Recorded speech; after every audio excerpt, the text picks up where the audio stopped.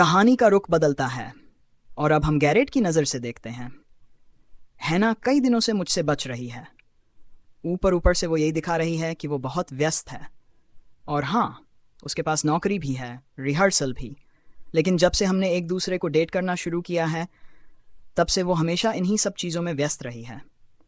फिर भी उसने कभी मेरे साथ जल्दी सी डिनर करने आना नहीं छोड़ा था, और न ही सोने से पहले फ़ोन पर मुझसे बातें करना। इसलिए सीधी सी बातों से जानबूझकर दूरी बना रही है।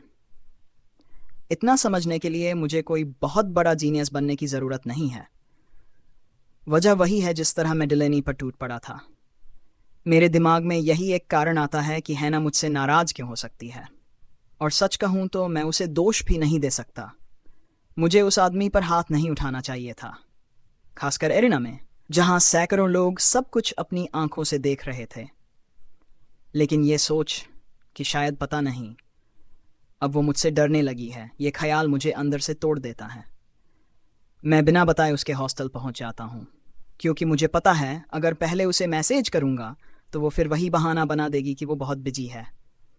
मुझे यकीन है कि वो कमरे में है, क्योंकि मैंने दुनिया की सबसे बेवकूफ़ी वाली हरकत की। मैंने एली को मैसेज करके पूछा कि हैना कमरे में है या नहीं, और उसके बाद उससे ये भी कहा कि प्लीज़ हैना को मत बताना कि मैं आ रहा हूँ, क्योंकि मेरे पास उसके लिए एक सरप्राइज़ है। मुझे पूरा यकीन नहीं कि एली ने मेरी बात पर भरोसा किया होगा। लड़कियां आपस में सब कुछ शेयर करती हैं, इसलिए ये मानना मुश्किल नहीं कि हैना ने अपनी सबसे अच्छी दोस्त को पहले ही बता दिया होगा कि उसे क्या परेशान कर रहा है। जैसा मैंने सोचा था, दरवाज़ा खोलते ही हैना मुझे देखकर खुश नहीं होती, लेकिन वो गुस्से में भी नहीं दिखती, और यही बात मुझे सबसे ज़्यादा बेचैन कर देती है। खासकर तब जब उसकी आंखों में मुझे पछतावे की हल्की सी झलक दिखाई देती है। धत तेरे की। हाय, मैं रूखे स्वर में कहता हूँ। हाय। हैना एक घूंट निगलती है। उसका गला हल्का सा ऊपर नीचे होता है। तुम यहाँ क्या कर रहे हो? मैं चाहूँ तो दिखावा कर सकता हूँ कि सब कुछ ठीक है, कि मैं बस अपनी पसंदीदा से मिलने चला आया हूँ। लेकिन हैना और मैं ऐसे लोग नहीं हैं। हमने कभी सच से नज़रें नहीं चुराईं, और अब भी मैं ऐसा करने वाला नहीं हूँ। मैं ये जानने आया हूँ कि मेरी गर्लफ्रेंड मुझसे बच क्यों रही है। हैना एक लंबी सांस छोड़ती है। बस इतना ही, सिर्फ एक आह। 4 दिन से न कोई छूना, न कोई करीब आना, बस नाम मात्र के मैसेज, और मुझे उसकी तरफ से मिलता है तो सिर्फ एक ठंडी सी आह। आखिर चल क्या रहा है? मैं झुंझलाकर पूछता हूँ। हैना एक पल के लिए हिचकिचाती है। उसकी नज़र एली के बंद दरवाजे की तरफ जाती है। क्या हम मेरे कमरे में बात कर सकते हैं? ज़रूर, बस इस बार सच में बात करेंगे, मैं बड़बड़ाता हूँ। कुछ ही पल बाद हम उसके कमरे में पहुँचते हैं। हैना दरवाज़ा बंद कर देती है। जैसे ही वो मेरी तरफ मुड़ती है, मुझे ठीक ठीक पता चल जाता है कि वो क्या कहने वाली है। मुझे माफ़ कर दो, मैं पिछले कुछ दिनों से बहुत अजीब बर्ताव कर रही हूँ। मैं बस कुछ सोच रही थी। हे भगवान, वो मुझसे रिश्ता तोड़ने वाली है, क्योंकि कोई भी इंसान मैं बस कुछ सोच रही थी कहकर बात शुरू नहीं करता जब तक कि उसका अंत इस वाक़े से न हो, और मुझे नहीं लगता कि हमें अब एक दूसरे से मिलना चाहिए। हैना गहरी सांस छोड़ती है। और मुझे नहीं लगता कि हमें अब एक दूसरे से मिलना चाहिए। मैं पहले से इसकी उम्मीद कर रहा था। फिर भी उसके शांत ठंडे शब्द सीधे मेरे दिल में खंजर की तरह उतर जाते हैं। ऐसा लगता है जैसे दर्द का एक भयानक बवंडर मेरे पूरे शरीर में घूमने लगा हो। मेरे चेहरे का भाव देखते ही हैना जल्दी जल्दी बोलने लगती है। बस सब कुछ बहुत तेजी से हो रहा है गैरेट। अभी मुश्किल से 2 महीने हुए हैं, और हम पहले ही आई लव यू वाले मुकाम पर पहुंच गए हैं। और ये सब इतना अचानक, सब कुछ बहुत ज़्यादा गंभीर हो गया है। और हैना की आवाज़ उलझी हुई लगती है। उसके चेहरे पर घबराहट है, और वो सचमुच परेशान दिख रही है। लेकिन मेरी हालत अलग है। मैं न तो घबराया हुआ हूँ, न ही सिर्फ परेशान। मैं पूरी तरह बिखर चुका हूँ। मैं अपने गले में अटकी करवाट को किसी तरह निगलता हूँ। जो तुम सच में कहना चाहती हो वो सीधे सीधे क्यों नहीं कह देती? हैना भौहें सिकोड़ती है। क्या? मैं उसकी आंखों में देखते हुए कहता हूँ, तुमने कहा था कि डिलेनी पर मेरा आपा खोने की वजह से तुम मुझसे नफरत नहीं करती, लेकिन असली बात तो यही है ना? तुम डर गई थी। तुम्हें लगा कि मैं कोई हिंसक, बेलगाम आदिम आदमी हूँ जो अपने गुस्से और हिंसक आवेगों पर काबू नहीं रख सकता, है ना? हैना की आंखें हैरानी से फैल जाती हैं। नहीं, बिल्कुल नहीं। उसकी आवाज़ में इतना यकीन है कि मैं एक पल के लिए डगमगा जाता हूँ। इस लड़की को पढ़ना मेरे लिए हमेशा आसान रहा है। मैं उसकी आंखों में झांकता हूँ, लेकिन मुझे झूठ की जरा सी भी झलक नहीं मिलती। फिर आखिर, अगर बात डिलेनी की नहीं है, तो ये सब क्यों? हम बहुत तेजी से आगे बढ़ रहे हैं, हैना जिद पर अड़ी रहती है। बस यही बात है। ठीक है, मैं सपाट स्वर में कहता हूँ। तो फिर धीरे चलते हैं। तुम चाहती क्या हो? हफ्ते में सिर्फ एक बार मिलें, एक दूसरे के कमरे में रुकना बंद कर दें। बताओ, तुम चाहती क्या हो? मुझे लगा था कि मेरा दिल इससे ज्यादा दर्द सही नहीं सकता, लेकिन तभी हैना उसमें एक और तलवार उतार देती है। मैं चाहती हूं कि हम दूसरे लोगों से भी मिलें। मैं बस उसे घूरता रह जाता हूं। अगर मैंने अभी मुंह खोला तो पता नहीं मेरे मुंह से क्या निकल जाएगा। हैना धीरे से कहती है, मतलब तुम्हारे पहले मेरा सिर्फ एक ही गंभीर रिश्ता था, गैरेट। मुझे कैसे पता चले कि प्यार सच में क्या होता है? अगर बाहर कहीं कोई और हो, कुछ और जो शायद बेहतर हो।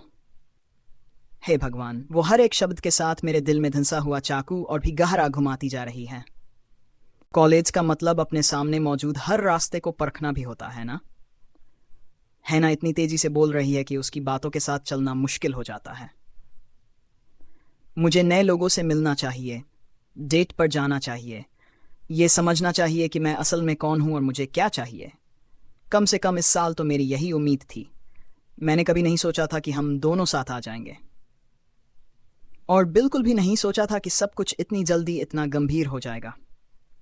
वो बेबसी से कंधे उचकाती है।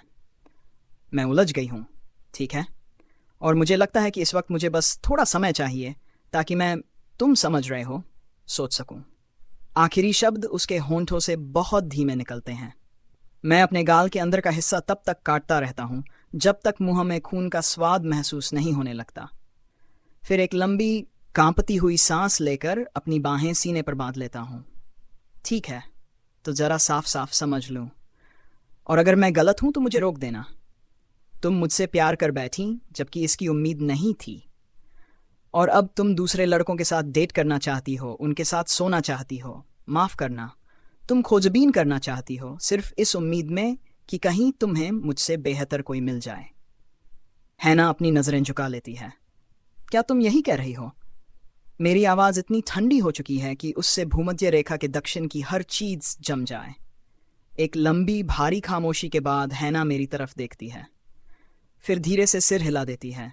मुझे पूरा यकीन है कि उसे मेरे सीने के भीतर आती वो जोरदार दरार की आवाज सुनाई दे रही होगी जब मेरा दिल तरबूज की तरह बीच से फट जाता है। और भगवान जानता है, उस टूटन की जिम्मेदार वही है। मेरे दिमाग के किसी कोने से एक धीमी सी आवाज फुसफुसाती है, ये गलत है। कोई शक नहीं, बेवकूफ, इसमें सही जैसा कुछ भी नहीं है। मैं अब जा रहा हूं। मुझे खुद हैरानी होती है कि सुन पड़ चुकी मेरी आवाज अब भी मेरा साथ दे रही है, लेकिन मेरी आवाज में उबलते गुस्से पर मुझे जरा भी हैरानी नहीं होती, क्योंकि सच कहूं, इस वक्त मैं तुम्हारी तरफ देख भी नहीं सकता। हैना के होंठों से बस एक बहुत हल्की सी सांस निकलती है। वो एक शब्द भी नहीं कहती। मैं लड़खड़ाते हुए दरवाजे तक पहुंचता हूं। मेरा दिमाग, मेरा दिल, मेरा पूरा शरीर जैसे किसी भी पल जवाब देने वाला हो। फिर भी चौखट तक पहुंचकर मैं किसी तरह अपनी भर्राई हुई आवाज में आखिरी बात कह ही देता हूं। जानती हो वेल्सी? हमारी नजरें एक दूसरे से टकराती हैं। हैना के होंठ कांप रहे हैं, जैसे वो खुद को रोने से रोक रही हो। इतनी ज्यादा मजबूत होने का दावा करती हो, लेकिन सच यह है कि तुम बहुत बड़ी कायर हो। मुझे अभी इसी वक्त कमबख्त शराब चाहिए। फ्रिज में शराब नहीं है। मैं एक साथ दो दो सीढ़ियां चढ़ता हुआ ऊपर पहुंचता हूं और बिना दस्तक दिए लोगन के कमरे का दरवाज़ा खोलकर अंदर घुस जाता हूं। अच्छी बात यह है कि वो किसी अनजान लड़की के साथ बिस्तर पर नहीं है, और अगर होता भी तो मुझे कोई फर्क नहीं पड़ता। मैं एक मिशन पर हूं, और लोगन की अलमारी ही मेरा मिशन है। ये क्या हरकत कर रहा है तू? लोगन गर्जकर पूछता है। तभी मैं अलमारी का दरवाजा खोलकर ऊपर वाली शेल्फ की तरफ हाथ बढ़ाता हूं। तेरी व्हिस्की ले रहा हूं। क्यों? क्यों? क्यों? शायद इसलिए क्योंकि ऐसा लग रहा है जैसे पिछले 10 सालों से कोई मेरी छाती को कुंद उस तरह से लगातार खुरचता रहा हो, फिर उस तरह को मेरे गले में घुसाकर मेरी सांस की नली चीर दी हो, मेरे अंदरूनी हिस्सों को टुकड़े टुकड़े कर दिया हो, और ऊपर से हम पर नमक छिड़कने के लिए मेरा दिल निकालकर बर्फ पर फेंक दिया हो ताकि पूरी हॉकी टीम अपने स्केच से उसे काटती चली जाए। हाँ, इस वक्त मेरी हालत बिल्कुल ऐसी ही है। हे भगवान जी, हुआ क्या है? मुझे पुराने हॉकी हेलमेट के नीचे लोगन की जैक डेनियल्स की बोतल मिल जाती है। मैं उसे कसकर पकड़ लेता हूँ। हैना ने मुझसे रिश्ता तोड़ लिया। मैं बुदबुदाता हूँ। मुझे लोगन की हैरानी भरी सांस सुनाई देती है। मेरे अंदर का एक कड़वा जहरीला हिस्सा सोचने लगता है, कहीं वो ये सुनकर खुश तो नहीं है? कहीं उसे तो नहीं लग रहा कि अब उसके पास मेरी गर्लफ्रेंड को पाने का सुनहरा मौका है? सॉरी, मेरी पूर्व गर्लफ्रेंड। लेकिन जब मैं उसकी तरफ मुड़कर देखता हूं तो उसकी आंखों में मुझे सिर्फ हमदर्दी दिख रही है। यार, थत, मुझे बहुत अफसोस है। हाँ, मैं बुदबुदाता हूं, मुझे भी। आखिर हुआ क्या? मैं बोतल का ढक्कन घुमाकर खोल देता हूं। मुझसे ये सवाल तब पूछना जब मैं धुत हो जाऊं। शायद तब मैं इतना नशे में हूं कि तुम्हें सब बता सकूं। मैं व्हिस्की का एक लंबा घूंट भरता हूं।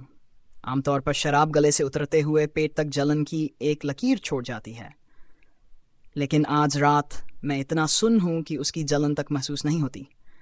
लोगन मुझसे सवाल पूछना बंद कर देता है। वो मेरे पास आता है और मेरे हाथ से व्हिस्की की बोतल छीन लेता है। ठीक है, वो एक गहरी सांस छोड़ता है, फिर बोतल अपने होंठों से लगाकर सिर पीछे झुका लेता है। तो फिर लगता है आज रात हम दोनों जमकर धुत होने वाले हैं।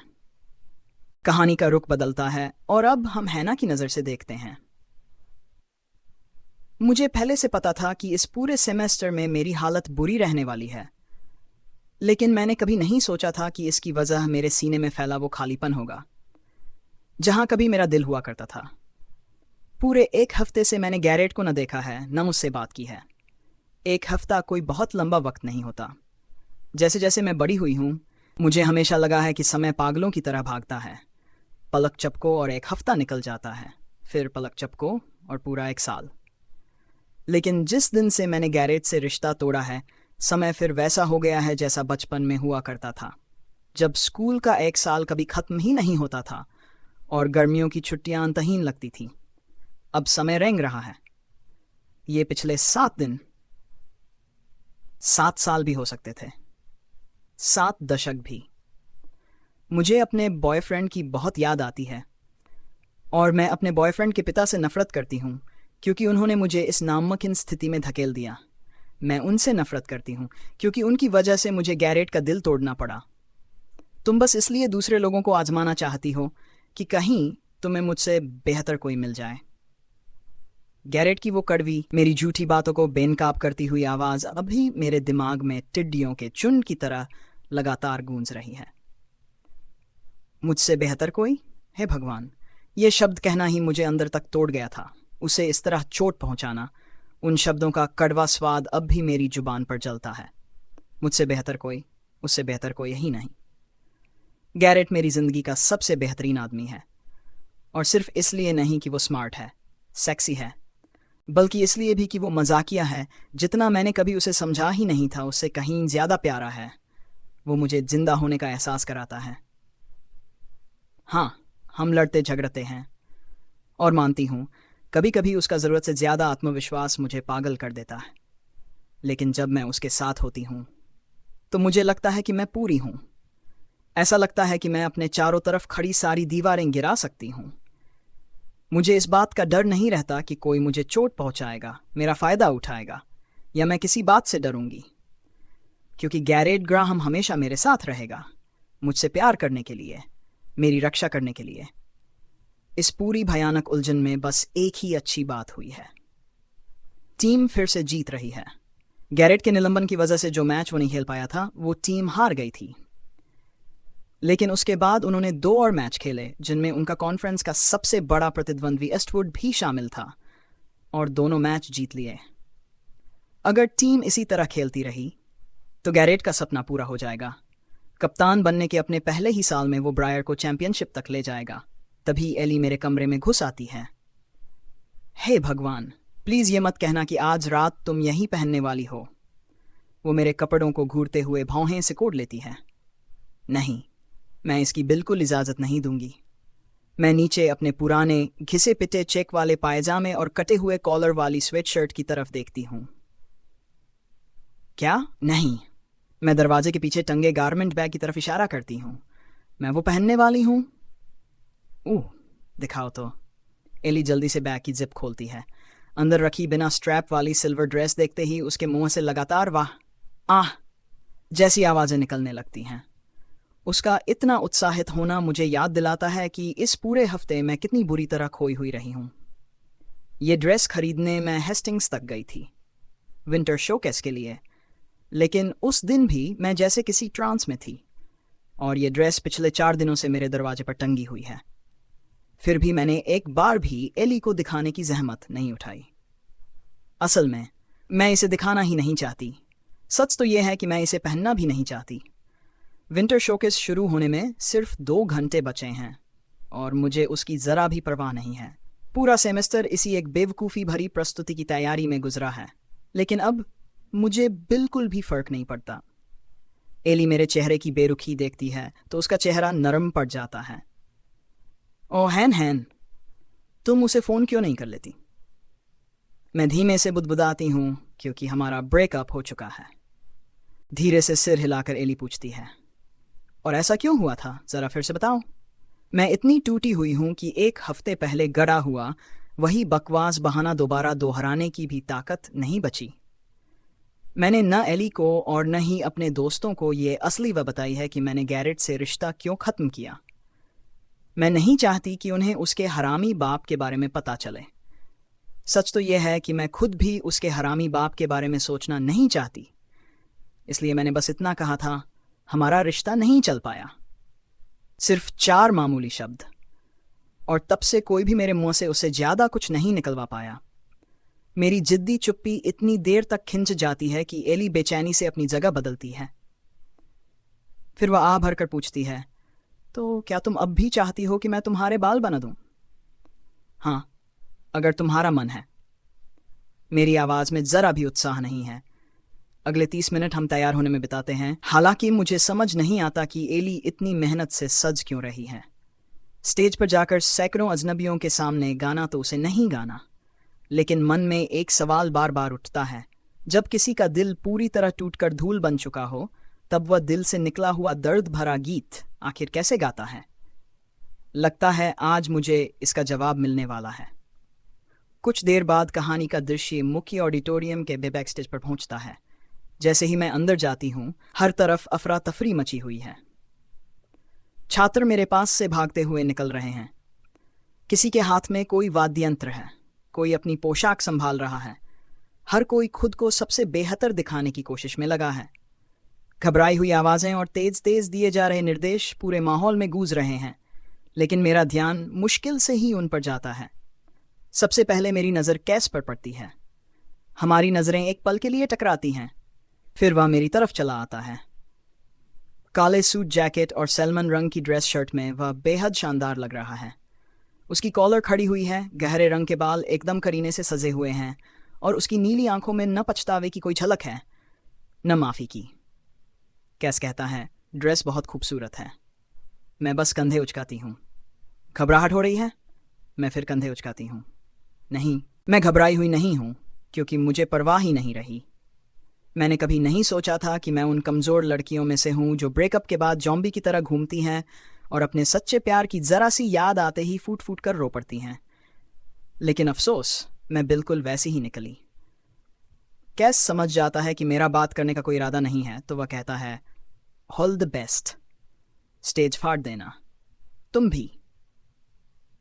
मैं एक पल रुकती हूँ, फिर बिना आवाज़ दबाए बुदबुदाती हूँ, सचमुच टांग ही टूट जाए। कैस तुरंत मेरी तरफ मुड़ता है। माफ़ करना, आखिरी बात सुनाई नहीं दी। मैं अपनी आवाज़ ऊंची करती हूँ। मैंने कहा सचमुच। उसकी नीली आंखें और गहरी हो जाती हैं। तुम सच में बहुत बड़ी कमीनी हो, पता है। मेरे मुंह से एक सूखी सी हंसी निकलती है। हाँ बिल्कुल, कमीनी तो मैं ही हूँ। कैस मुझे घूरता है। क्या चाहती हो? मैं अपने सलाहकार से बात करने के लिए तुमसे माफ़ी मांगूं? क्योंकि ऐसा तो मैं बिल्कुल नहीं करने वाला। हम दोनों जानते थे कि हमारा डुएट चल नहीं रहा था।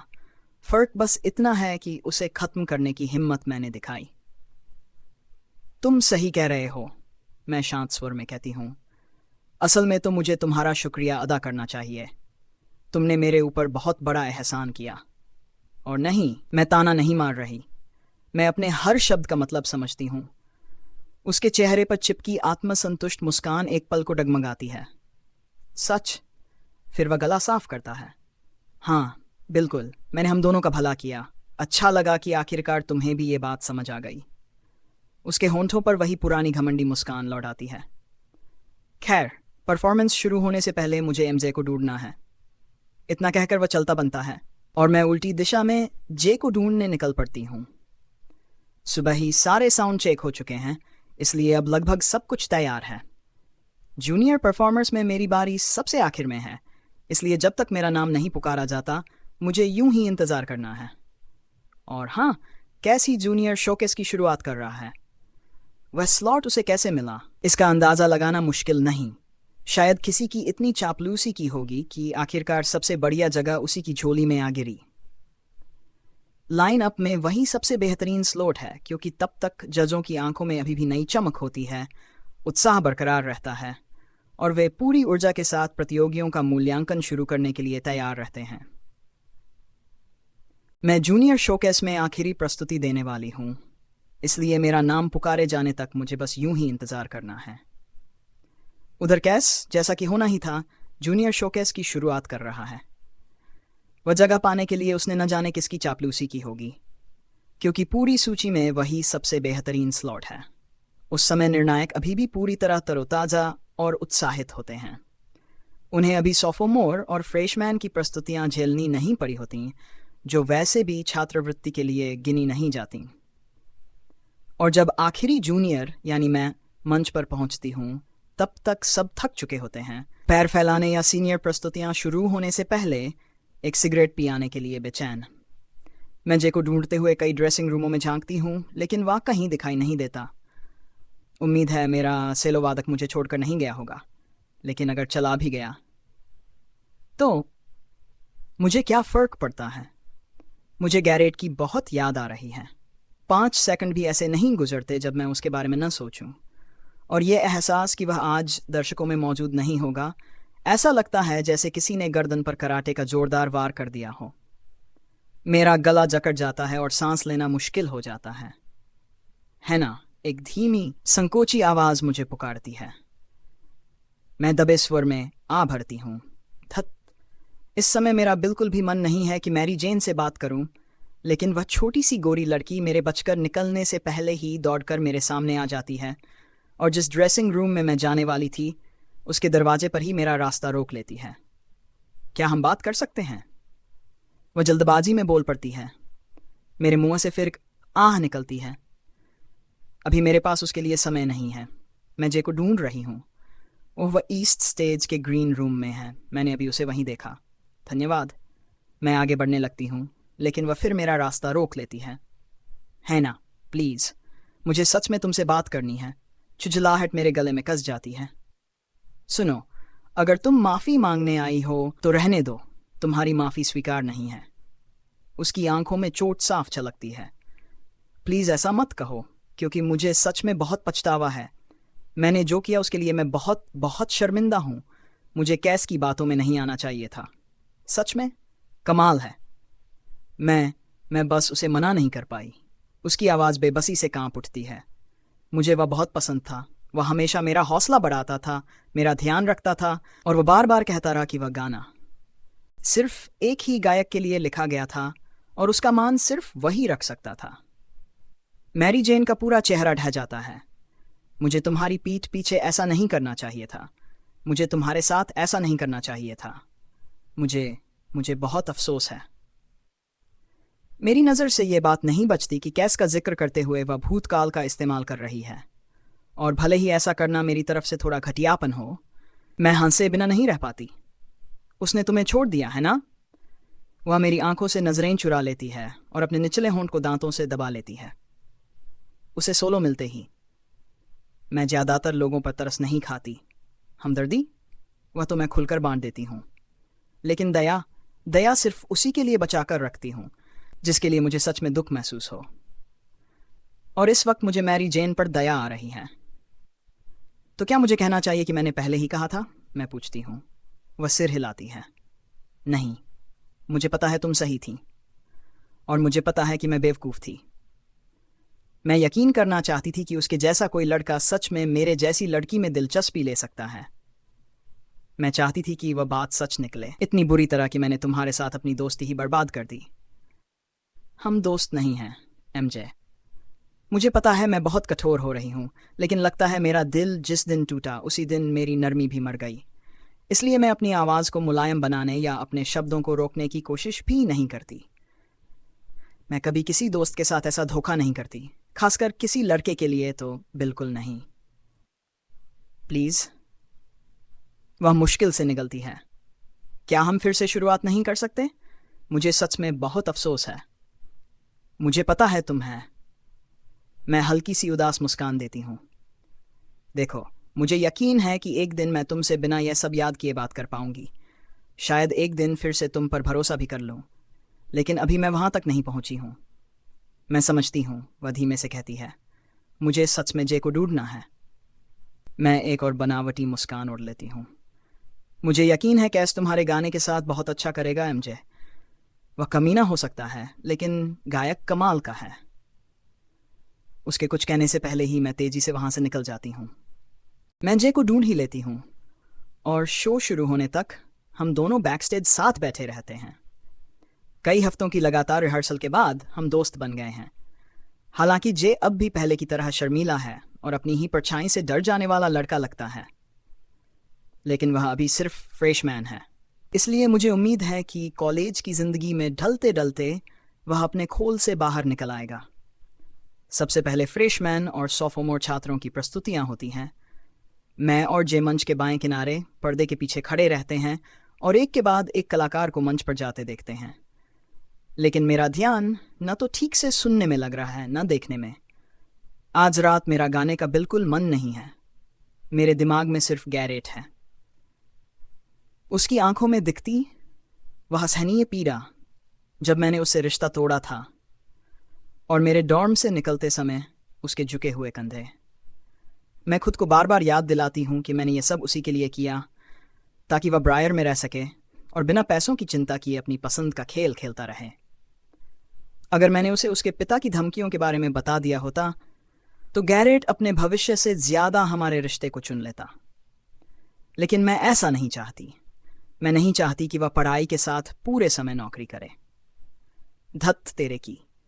मैं नहीं चाहती कि वह कॉलेज छोड़ दे, हॉकी छोड़ दे, या किराया और कार की किस्तों की चिंता में घुटता रहे। मैं चाहती हूं कि वह प्रोफेशनल लीग तक पहुंचे और पूरी दुनिया को दिखा दे कि वह अपनी काबिलियत की वजह से बर्फ पर है, इसलिए नहीं कि उसके पिता ने उसे वहां पहुंचाया। मैं चाहती हूं कि वह खुश रहे, चाहे उसकी कीमत मुझे अपनी पूरी जिंदगी की तकलीफ से ही क्यों न चुकानी पड़े।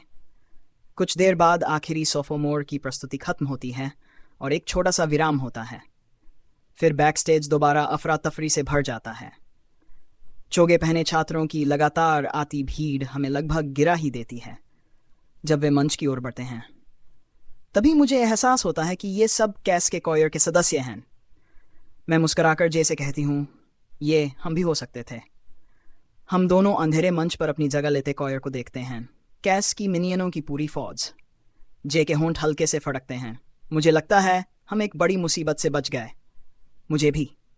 जब कार्यक्रम दोबारा शुरू होता है, इस बार मेरा पूरा ध्यान मंच पर टिका होता है, क्योंकि कैसिडी डोनोवन जैसा विलक्षण कलाकार मंच पर आ चुका है। जैसे ही पियानो वादक एमजे के गीत की शुरुआती धुन छेड़ता है, मेरे भीतर ईर्ष्या की एक हल्की सी चुभन उठती है। धत्त, यह सचमुच कमाल का गीत है। मैं अपना होंठ काट लेती हूँ, इस डर से कि मेरा सीधा साधा छोटा सा बैलेड कहीं मैरी जेन की इस खूबसूरत रचना के सामने फीका न पड़ जाए। मुझे मानना पड़ेगा, कैसे इस गीत को गजब का गाता है। हर सुर, हर उतार चढ़ाव, हर कमबख्त ठहराव, सब कुछ बिल्कुल परफेक्ट है। वह मंच पर शानदार दिख रहा है। उसकी आवाज़ उससे भी बेहतर लग रही है।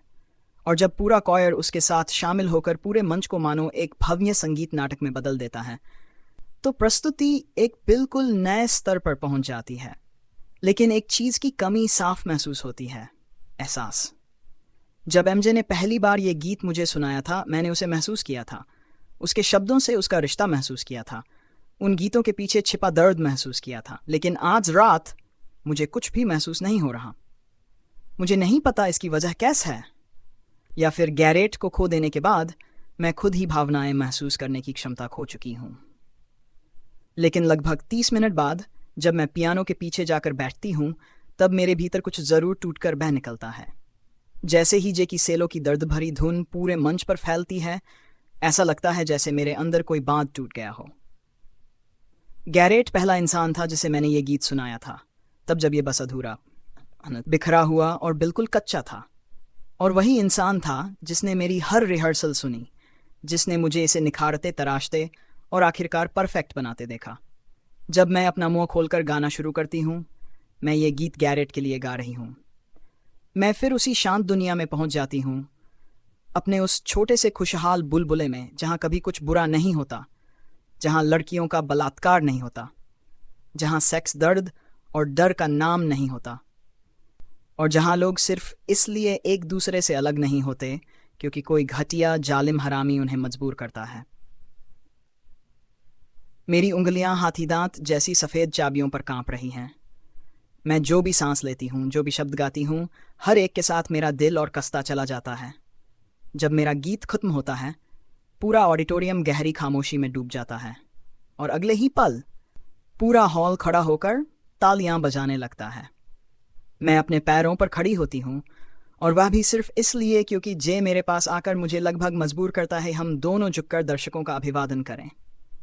तेज स्पॉटलाइट मेरी आंखों को चकाचौंध कर देती है।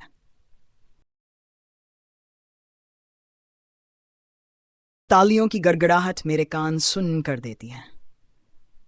मुझे पता है कि कहीं सामने ओली, स्टेला और मेग अपने पैरों पर खड़ी पूरी ताकत से चीख रही होंगी, लेकिन मैं उनके चेहरे नहीं देख पाती। फिल्मों और टीवी में चाहे जैसा दिखाया जाता हो, लेकिन जब तेज स्पॉटलाइट सीधा तुम्हारी आंखों पर पड़ रही हो, तब भीड़ में किसी एक चेहरे से नजरें मिलाना नामुमकिन होता है। कुछ ही पल बाद जे और मैं मंच से उतरकर विंग्स की ओर बढ़ते हैं। तभी कोई मुझे जोर से भालू जैसी कसकर छप्पी में भर लेता है। वह डेक्स्टर है। मुझे बधाई देते हुए उसके चेहरे पर इतनी चौड़ी मुस्कान फैल जाती है कि मानो पूरा चेहरा उसी से भर गया हो। ये खुशी के आंसू ही होने चाहिए, डेक्स्टर कहता है। मैं अपने गाल को छूती हूँ और वहां नमी महसूस करके चौंक जाती हूँ। मुझे तो एहसास भी नहीं हुआ था कि मैं रो रही थी। वो कमाल था। एक आवाज गूंजती है। मैं मुड़कर देखती हूँ। फियोना तेजी से मेरी तरफ चली आ रही है। वह मुझे अपनी बाहों में भर लेती है और कसकर गले लगा लेती है ना, तुम सांसें रोक देने वाली थी? आज रात की सबसे बेहतरीन प्रस्तुति। लेकिन उसके शब्द भी मेरी छाती में जकड़ी उस कसक को हल्का नहीं कर पाते। मैं बस सिर हिलाती हूँ और बुदबुदाती हूँ, मुझे लेडीज रूम जाना है, माफ करना। मैं डेक्स्टर, फियोना और जे को हैरानी से मेरी तरफ देखते हुए वहीं छोड़ देती हूँ। मुझे कोई परवाह नहीं। मैं अपनी रफ्तार भी धीमी नहीं करती। भाड़ में जाए लेडीज रूम, और भाड़ में जाए ये पूरा शोकेस। मैं यहाँ रुककर सीनियर्स की प्रस्तुतियाँ नहीं देखना चाहती। मैं स्कॉलरशिप सेरेमनी का इंतज़ार भी नहीं करना चाहती। मैं बस यहाँ से जितनी जल्दी हो सके निकल जाना चाहती हूँ, कहीं ऐसी जगह जहाँ अकेले बैठकर खुलकर रो सकूँ। मैं बाहर निकलने की तरफ दौड़ पड़ती हूँ। मेरे सिल्वर बैले फ्लैट्स लकड़ी के फर्श पर थप थप की आवाज़ करते हैं, जैसे मेरे भीतर की बेचैनी उन्हें और तेज भागने पर मजबूर कर रही हो। दरवाजे से बस 5 फुट दूर होती हूँ कि अचानक एक सख्त मर्दानी छाती से जोरदार टक्कर हो जाती है। मेरी नज़र ऊपर उठती है। धूसर आंखों की एक जोड़ी पर जाकर टिक जाती है। एक पल लगता है यह समझने में। मैं गैरेट को देख रही हूँ। हम दोनों में से कोई कुछ नहीं कहता। उसने काली पैंट पहन रखी है और नीली बटन डाउन शर्ट जो उसके चौड़े कंधों पर तनी हुई है। उसके चेहरे पर हैरत की चमक और अंतहीन उदासी एक साथ तैर रही है। हाय, गैरेट भारी आवाज में कहता है। मेरा दिल खुशी से उछल पड़ता है, लेकिन मैं खुद को याद दिलाती हूँ कि यह कोई खुश होने का पल नहीं है। हमारा रिश्ता अब भी खत्म हो चुका है। तुम कमाल की थी। उसकी वे खूबसूरत आंखें हल्की सी नम हो जाती हैं। सचमुच बेहद खूबसूरत। मैं फुसफुसाती हूँ, तुम दर्शकों में थे और मैं आखिर होता कहाँ। उसकी आवाज़ में गुस्सा नहीं, सिर्फ गहरी उदासी है। फिर उसकी आवाज़ और भारी हो जाती है। कितने? मैं उलझ जाती हूँ। कितने क्या? इस हफ्ते तुमने कितने लड़कों को डेट किया? मैं चौंक कर झटके से उसकी तरफ देखती हूँ। एक भी नहीं। मेरे मुंह से बिना सोचे समझे निकल जाता है और अगले ही पल मुझे अपनी बात पर पछतावा होता है, क्योंकि उसकी आंखों में सब समझ लेने वाली चमक उभर आती है। हाँ, मुझे भी यही लगा था। गैरेट, सुनो, विल्सी वह मेरी बात काट देता है। इस ब्रेकअप के बारे में सोचने के लिए मेरे पास पूरे 7 दिन थे। पहली रात मैं धुत हो गया था, इतनी बुरी तरह कि होश ही नहीं था। मेरे भीतर घबराहट की एक लहर दौड़ जाती है। अचानक मेरे मन में ख्याल आता है कि कहीं नशे में उसने किसी और लड़की के साथ रात तो नहीं बिताई होगी। और गैरेट को किसी दूसरी लड़की के साथ सोचने भर से मेरी जान निकलने लगती है। लेकिन वह बोलता रहता है और मेरी बेचैनी धीरे धीरे कम होने लगती है। उसके बाद मैं होश में आया, अक्ल ठिकाने आई। मैंने तय किया कि अपने समय का बेहतर इस्तेमाल करूंगा। इसलिए पूरे 7 दिन मैंने सिर्फ यही किया कि हमारे बीच जो हुआ उसका बार बार विश्लेषण किया। क्या गलत हुआ उसे टुकड़े टुकड़े करके समझा। उस रात तुमने जो जो कहा हर एक शब्द को बार बार याद करके परखा। वह हल्का सा सिर एक तरफ झुकाता है। जानना चाहती हो कि मैं किस नतीजे पर पहुंचा? हे भगवान, मैं ये सुनने से डरी हुई हूं। जब मैं कोई जवाब नहीं देती तो गैरेट मुस्कुरा देता है। मेरा निष्कर्ष यही है कि तुमने मुझसे झूठ बोला था। मुझे नहीं पता तुमने ऐसा क्यों किया, लेकिन मुझ पर भरोसा करो, मैं इसका पता लाकर रहूंगा। मैंने झूठ नहीं बोला। मैं झूठ बोलती हूँ। हम सच में बहुत तेजी से आगे बढ़ रहे थे, कम से कम मेरे लिए, और मैं सच में दूसरे लोगों से भी मिलना चाहती हूँ। सच में। मैं अपनी आवाज में जितना जोर ला सकती हूँ लाती हूँ। सच में। गैरेट कुछ पल चुप रहता है, फिर वह हाथ बढ़ाकर बेहद हल्के से मेरे गाल पर उंगलियां फेरता है। उसके बाद हाथ पीछे खींच लेता है और कहता है, जब अपनी आंखों से देख लूंगा तभी यकीन करूंगा। कहानी का रुख बदलता है और अब हम हैना की नज़र से आगे की कहानी देखते हैं। क्रिसमस की छुट्टियां आने का नाम ही नहीं ले रहीं। फिलाडेल्फिया जाने वाली फ्लाइट में चढ़ते वक्त मेरी हालत सचमुच बुरी है। मैंने ढीले डाले स्वेट्स पहन रखे हैं, बाल पूरी तरह बिखरे हुए हैं और तनाव की वजह से चेहरा दानों से भर गया है। उस शोकेस के बाद से मेरी गैरेट से 3 बार मुलाकात हो चुकी है। एक बार कॉफ़ी हट में, एक बार क्वाड में और एक बार एथिक्स लेक्चर हॉल के बाहर जब मैं अपना जांचा हुआ पेपर लेने गई थी। और तीनों बार उसने मुझसे बस एक ही सवाल पूछा, हमारे ब्रेकअप के बाद से मैंने कितने लड़कों को डेट किया है। तीनों बार मैं घबरा गई, देर होने का कोई बहाना बना दिया और एक डरपोक की तरह वहां से भाग निकली। झूठे बहाने बनाकर किसी से रिश्ता तोड़ने की यही सबसे बड़ी मुसीबत है। सामने वाला तुम्हारी बकवास पर तब तक यकीन नहीं करता जब तक तुम सचमुच वही करके न दिखाओ जो तुमने कहा था कि करना चाहती हो। मेरे मामले में इसका मतलब है कि मुझे ढेर सारे अनजान लड़कों को डेट करना चाहिए, नई नई चीज़ें आजमानी चाहिए, क्योंकि मैंने गैरेट से यही कहा था कि मैं यही चाहती हूँ। अगर मैंने अपनी बात को सच साबित नहीं किया तो उसे तुरंत समझ आ जाएगा कि कुछ न कुछ गड़बड़ है। शायद मैं किसी को डेट पर चलने के लिए पूछ सकती हूँ, किसी बहुत सार्वजनिक जगह पर जाऊं जहां की खबर गैरेट तक जरूर पहुंचे, ताकि उसे यकीन हो जाए कि मैं सचमुच आगे बढ़ चुकी हूं। लेकिन गैरेट के अलावा किसी और के साथ होने का ख्याल ही मुझे उल्टी करने जैसा महसूस कराता है। खैर, अभी मुझे इन सब की चिंता करने की ज़रूरत नहीं है। मुझे थोड़ी राहत मिल गई है, क्योंकि अगले 3 हफ्ते मैं अपने परिवार के साथ बिताने वाली हूँ। मैं विमान में अपनी सीट पर बैठ जाती हूँ और गैरेट के पिता द्वारा वह बेरहम अल्टीमेटम दिए जाने के बाद पहली बार मुझे ऐसा लगता है कि मैं खुलकर सांस ले पा रही हूँ। अपने माता पिता से मिलना शायद वही चीज़ है जिसकी मुझे सबसे ज़्यादा ज़रूरत थी। गलत मत समझना, मैं अब भी हर पल गैरेट के बारे में सोचती रहती हूँ, लेकिन यहाँ आकर उसका ध्यान भटकाना कहीं ज़्यादा आसान हो गया है। मैं अपने दिल के दर्द से ध्यान हटाने की कोशिश करती रहती हूँ, कभी पापा के साथ क्रिसमस की कुकीज़ बनाकर, तो कभी मम्मी और आंटी के साथ पूरे दिन शहर में खरीदारी करने के लिए घसीटी जाकर। फिली में हमारी दूसरी रात मैंने आखिरकार मम्मी को गैरेट के बारे में बता दिया। या यूं कहूं कि उन्होंने मुझे गेस्ट रूम में उदास बैठे देख मुझसे सब उगलवा लिया। उन्होंने ऐलान किया कि मैं ऐसी लग रही थी जैसे कोई भिखारी अभी अभी किसी पुल के नीचे से निकल कर आया हो। फिर उन्होंने मुझे लगभग धक्का देकर शॉवर में भेजा और बाल ठीक से संवारने पर मजबूर कर दिया। उसके बाद मैंने दिल की सारी बातें उनके सामने रख दी और उसी के साथ मम्मी ने वह मिशन शुरू कर दिया जिसे अब वह ऑपरेशन हॉलिडे चीयर कहती हैं। मतलब साफ है, उन्होंने छुट्टियों से जुड़ी न जाने कितनी गतिविधियां मेरे सिर पर लाद दी हैं, और सच कहूं तो इसके लिए मैं उनसे और भी ज्यादा प्यार करती हूं। 3 दिन बाद मुझे फिर से ब्रायर लौटना है और मैं उस पल का बिल्कुल इंतजार नहीं कर रही, क्योंकि मुझे पूरा यकीन है कि गैरेट इस समय अपना गुप्त मिशन चला रहा होगा। ऑपरेशन हैना से सच कबूल करवाओ कि वह झूठ बोल रही थी। मुझे बस पता है कि वह मुझे वापस पाने की पूरी कोशिश करेगा, और मैं ये भी जानती हूं कि उसे ज्यादा मेहनत नहीं करनी पड़ेगी। उसे बस अपनी उन खूबसूरत धूसर आंखों से मेरी तरफ देखना होगा, अपनी वही टेढ़ी सी मुस्कान बिखेरनी होगी, और मैं टूटकर रो पड़ूंगी, उसे बाहों में भर लूंगी और सब कुछ सच सच बता दूंगी। मुझे उसकी बहुत याद आती है। अरे स्वीटी, नीचे आ रही हो? हमारे साथ न्यू ईयर बॉल ड्रॉप देखोगी। मम्मी दरवाजे पर आकर खड़ी हो जाती हैं। उनके हाथ में पॉपकॉर्न से भरा एक बड़ा कटोरा है। उसे देखते ही मुझे वह पहली रात याद आ जाती है जो मैंने गैरेट के घर बिताई थी, जब हमने ढेर सारा पॉपकॉर्न खाया था और घंटों टीवी देखते रहे थे।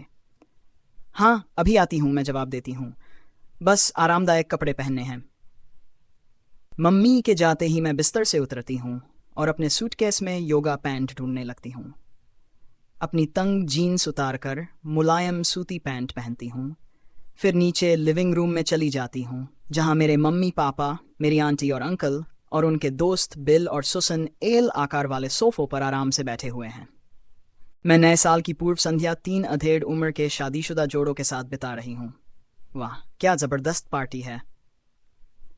तो है ना, सुसन मुस्कुराते हुए कहती हैं, तुम्हारी माँ अभी बता रही थी कि तुम्हें हाल ही में एक प्रतिष्ठित छात्रवृत्ति मिली है। मुझे महसूस होता है कि मेरे गाल लाल हो गए हैं। प्रतिष्ठित वाली बात तो मुझे नहीं पता। मेरा मतलब, ये छात्रवृत्तियां हर साल विंटर और स्प्रिंग शोकेस के लिए दी जाती हैं। लेकिन हाँ, मुझे मिली है।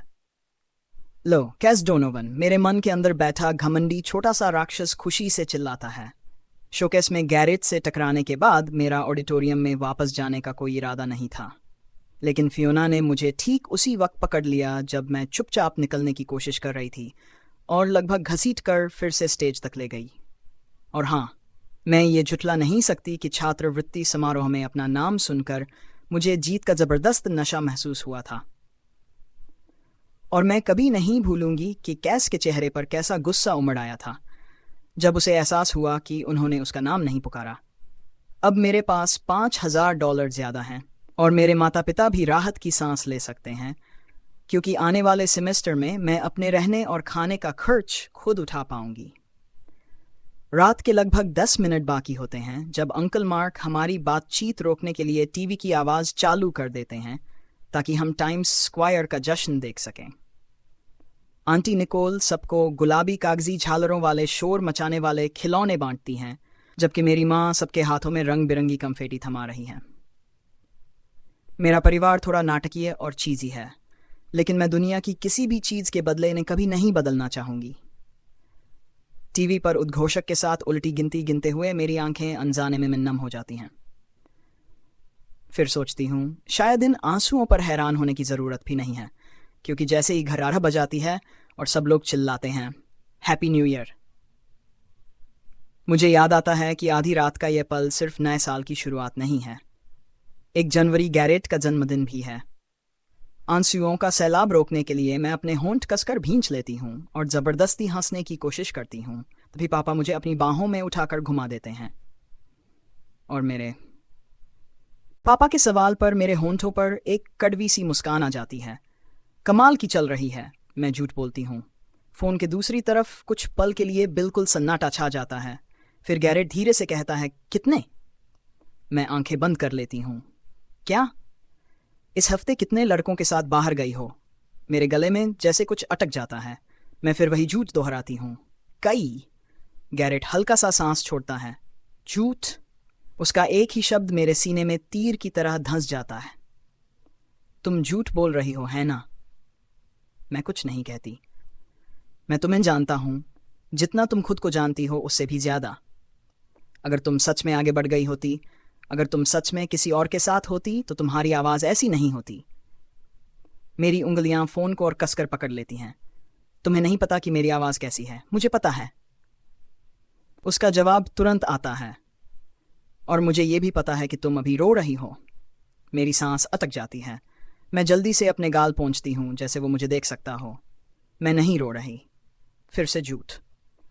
उसकी आवाज में कोई गुस्सा नहीं है, सिर्फ यकीन, और वही मुझे तोड़ देता है। मैं कांपती हुई सांस छोड़ती हूं। गैरेट, है ना? वह बहुत नरमी से कहता है, तुम्हें अब और झूठ बोलने की जरूरत नहीं है। मेरे भीतर जमा सारी ताकत जैसे खत्म हो जाती है। मेरी आवाज टूट जाती है। मैंने कोशिश की। मुझे पता है, मैंने सच में कोशिश की कि तुम्हें भूल जाऊं। मुझे पता है, लेकिन मैं नहीं कर पाई। दूसरी तरफ लंबी खामोशी छा जाती है। जब गैरेट फिर बोलता है, उसकी आवाज भी कांप रही होती है। मैं भी नहीं कर पाया। मेरी आंखों से आंसू फिर बहने लगते हैं। मैं तुमसे प्यार करती हूं।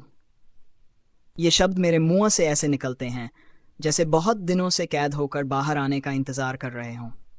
मैंने कभी तुमसे प्यार करना बंद नहीं किया। फोन के दूसरी तरफ गैरेट की सांस भरने की आवाज आती है। भगवान। वह फुसफुसाता है, फिर से बोलो। मैं बिना झिझक कहती हूं, मैं तुमसे प्यार करती हूं, गैरेट। इस बार उसकी आवाज पूरी तरह टूट जाती है। मैं भी तुमसे प्यार करता हूं, एल्सी। हर एक दिन, हर एक मिनट, हर एक सेकंड। मैं रोते हुए हंस पड़ती हूं। मुझे तुम्हारी बहुत याद आई। मुझे भी। इतनी की सांस लेना मुश्किल हो गया था। मेरे साथ भी यही हुआ। हम दोनों कुछ देर तक सिर्फ एक दूसरे की सांसें सुनते रहते हैं। इतनी दूर होकर भी पहली बार लगता है कि हम फिर से एक दूसरे के सबसे करीब हैं। मेरा पेट एकदम सख्त हो जाता है। बहुत बढ़िया। गैरेट पूछता है, अच्छा, खूब खोजबीन चल रही है? प्यार का असली मतलब ढूंढने की पूरी रिसर्च कर रही हो? उसकी आवाज में हल्का सा तंज है, लेकिन उससे भी ज्यादा मनोरंजन, बल्कि कहूं तो एक आत्मविश्वास भरी मुस्कान। हाँ, मैं सहज बनने की कोशिश करते हुए कहती हूं। गैरेट फिर पूछता है, तो इस बीच कितने लड़कों के साथ डेट पर गई हो?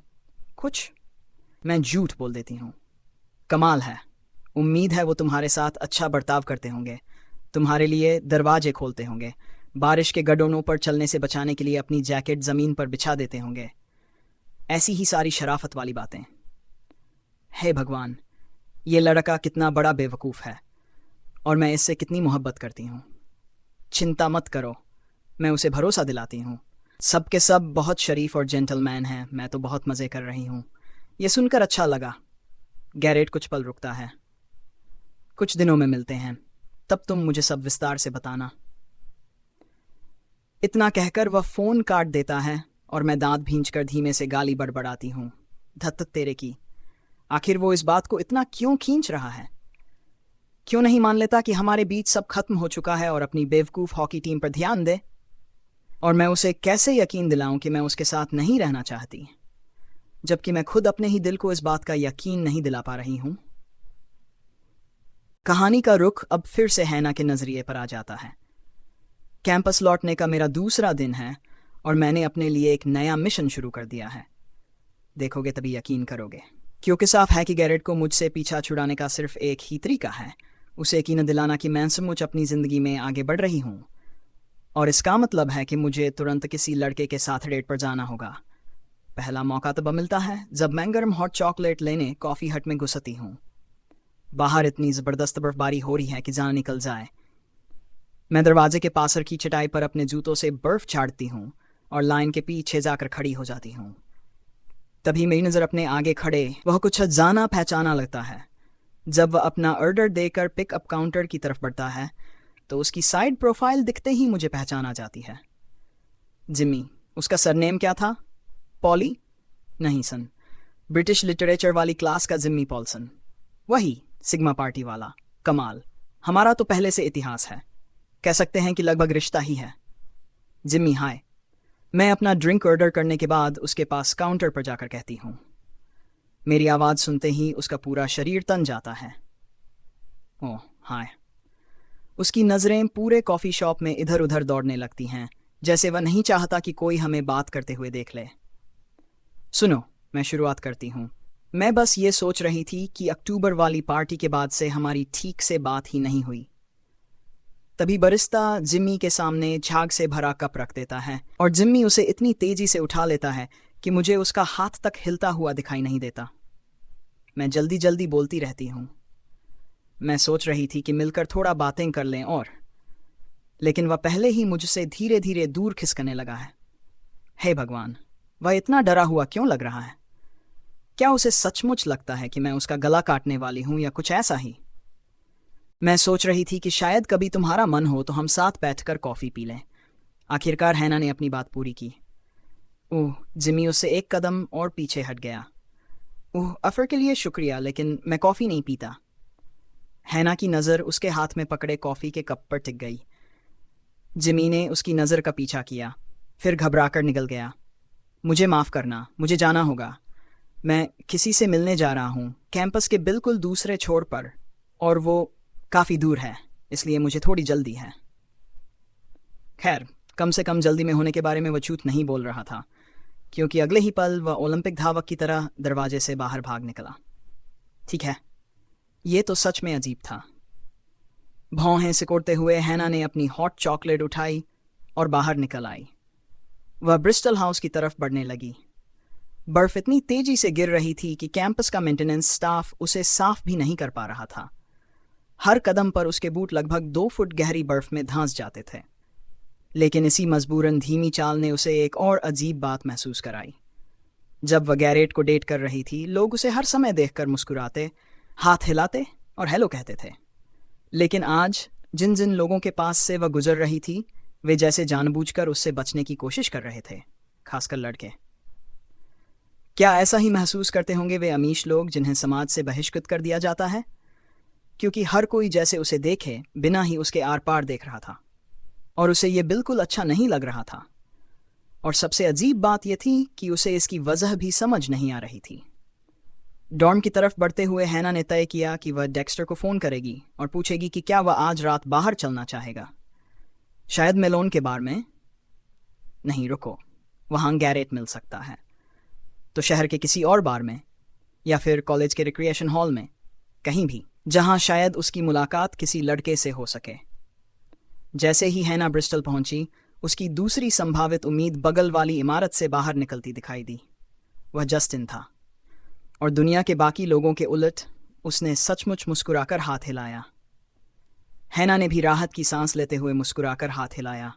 कम से कम कोई तो था जो उसे देखकर खुश दिखाई दे रहा था।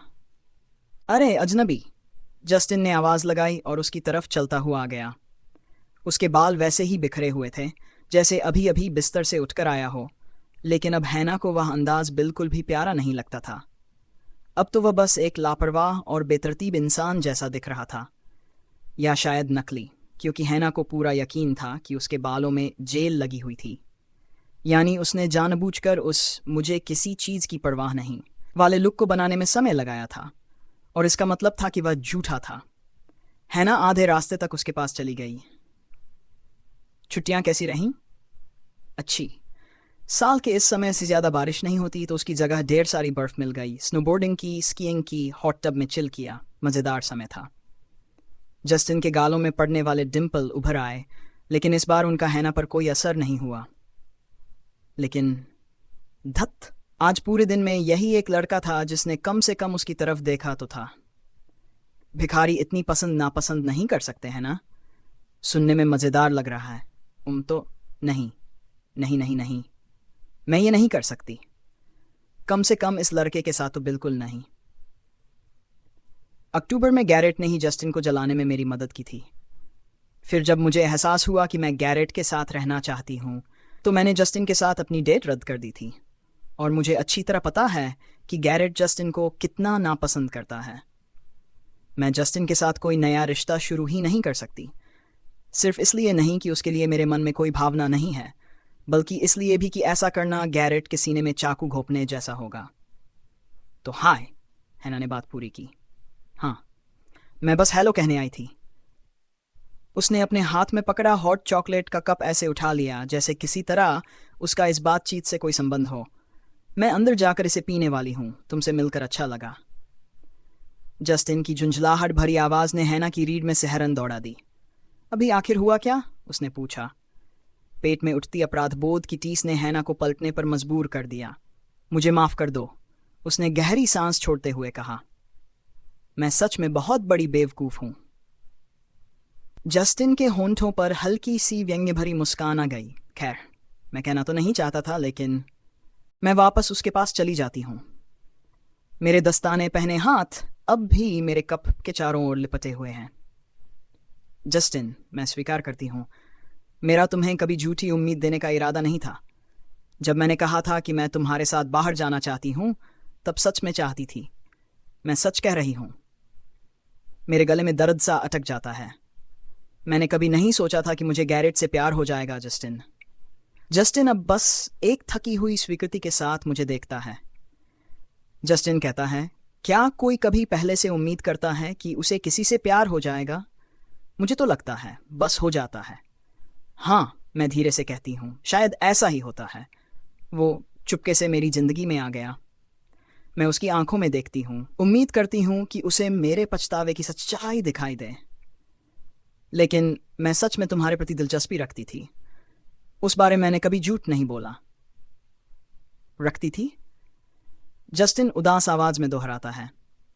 मुझे माफ कर दो, मैं फिर कहती हूँ। धत्ती, मैं पूरी तरह बिखरी हुई हूँ।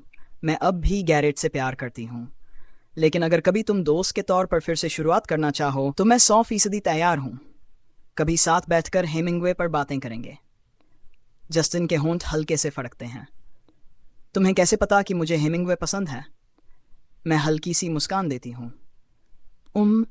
जब मुझे तुम पर क्रश था, तब मैंने तुम्हारे बारे में थोड़ी छानबीन की थी। देखा, उस बात पर भी मैं झूठ नहीं बोल रही थी। अपने सीने पर क्रॉस बनाने और मुझे पीछा करने वाली कहकर चिल्लाने की बजाय जस्टिन बस हल्के से हंस देता है। लगता है नहीं। कम से कम ये जानकर अच्छा लगा। कुछ पल की असहज चुप्पी के बाद जस्टिन अपने हाथ जैकेट की जेबों में डाल लेता है। ठीक है, दोस्ती वाली बात को एक मौका दिया जा सकता है। अगर कभी कॉफी पीने का मन हो तो मुझे संदेश भेज देना।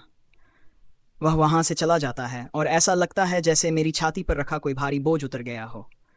कुछ देर बाद अपने डॉर्म के कमरे में पहुंचकर मैं खुद को बधाई देती हूं कि एक संभावित मुसीबत टल गई।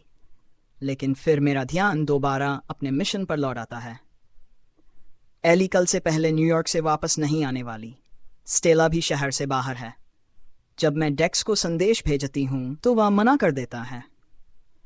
उसका आखिरी इम्तिहान आने वाला है और वह पढ़ाई में डूबा हुआ है। फिर मैं मेग को संदेश भेजती हूँ। मेग जवाब देती है कि पहले से ही जेरेमी के साथ योजनाएं बनी हुई हैं। आह भरते हुए मैं अपने फ़ोन की संपर्क सूची स्क्रॉल करती हूँ, तभी एक नाम मेरी नज़र रोक देता है। सच कहूँ तो जितना ज़्यादा मैं इसके बारे में सोचती हूँ, उतना ही मुझे उसे फ़ोन करने का ख्याल पसंद आने लगता है। कई बार घंटी बजने के बाद एली का बॉयफ्रेंड फ़ोन उठाता है। हेलो, क्या हाल है? हाय, मैं हैना बोल रही हूँ। अरे, मजाक कर रही हूँ, शॉन हंसते हुए कहता है।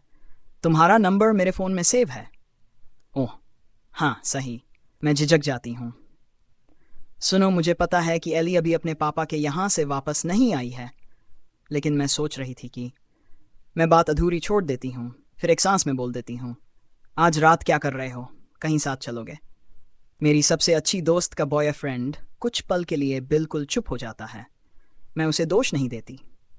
मैंने कभी एली के बिना उसे साथ घूमने के लिए फ़ोन नहीं किया। सच तो यह है कि मैंने उसे पहले कभी फ़ोन ही नहीं किया। शॉन साफ साफ कहता है, तुम्हें एहसास है ना कि यह थोड़ा अजीब है? मैं लंबी सांस छोड़ती हूँ। हाँ, आखिर चल क्या रहा है? बोर हो गई हो या कुछ और? या फिर ये अपनी ही दोस्त के बॉयफ्रेंड पर लाइन मारने वाली कोई अजीब हरकत है? रुको, क्या एली वहीं बैठी सुन रही है? शॉन अपनी आवाज़ ऊंची कर देता है। एली, अगर तुम सुन रही हो तो जान लो, मैं तुमसे प्यार करता हूँ। मैं तुम्हें छोड़कर तुम्हारी सबसे अच्छी दोस्त के साथ कभी धोखा नहीं दूंगा। मैं फ़ोन पर ही हंस पड़ती हूँ। वो लाइन पर नहीं है बेवकूफ़, लेकिन ये जानकर अच्छा लगा। और यकीन मानो, मैं तुम पर लाइन नहीं मार रही। दरअसल सोच रही थी कि आज रात तुम्हारे फ्लैट वाले दोस्तों के साथ कहीं बैठा जाए। शायद तुम मेरी किसी एक से मुलाकात करवा दो। क्या तुम सच बोल रही हो? वह लगभग चिल्ला उठता है। हरगिज नहीं, उन बेवकूफ़ों में से कोई भी तुम्हारे लायक नहीं है, और मुझे पूरा यकीन है कि अगर मैंने तुम्हारी सेटिंग उनमें से किसी के साथ करवाई तो एली मुझे जिंदा नहीं छोड़ेगी। फिर भी वह अचानक चुप हो जाता है। फिर भी क्या? मैं तुरंत पूछती हूँ। वह कोई जवाब नहीं देता। शॉन, मैं सख्त लहजे में कहती हूँ, अपनी बात पूरी करो। मैं ऐसा नहीं करना चाहूँगा, लेकिन मैं चाहूँगी कि तुम बताओ। मेरे मन का शक अब पूरी तरह भड़क उठा। हे भगवान, मैं हांफते हुए बोली, क्या तुम्हें पता है कि कैंपस का हर लड़का अचानक मेरे साथ ऐसा बर्ताव क्यों कर रहा है जैसे मुझे कोई यौन रोग हो? शायद, शॉन बोला। शायद। जब शॉन चुप रहा तो मैं झुंझलाकर कराह उठी। भगवान की कसम, अगर तुमने मुझे नहीं बताया कि तुम्हें क्या पता है तो मैं... ठीक है, ठीक है, शॉन ने बीच में टोका। मैं बता देता हूँ। और फिर उसने सब बता दिया। मेरे मुंह से गुस्से की एक जोरदार चीख निकल गई। उसने क्या किया? करीब 20 मिनट बाद मैं ब्रायर के हॉकी एरिना के दरवाजों को धक्का देकर अंदर घुसती हूँ। ठंडी हवा तुरंत मेरे गालों से टकराती है, लेकिन मेरे भीतर धधक रही आग को जरा भी ठंडा नहीं कर पाती। 5:30 बज चुके हैं, यानी गैरेट और उसकी टीम की प्रैक्टिस अभी अभी खत्म हुई है। मैं रिंक की तरफ जाने वाले दरवाजों को नज़रअंदाज करके सीधे इमारत के पीछे बने लॉकर रूम की ओर बढ़ जाती हूँ। मैं इतनी ज्यादा गुस्से में हूं कि मेरा पूरा शरीर गुस्से की तीव्रता से कांप रहा है। गैरेट अब सचमुच सारी हदें पार कर चुका है।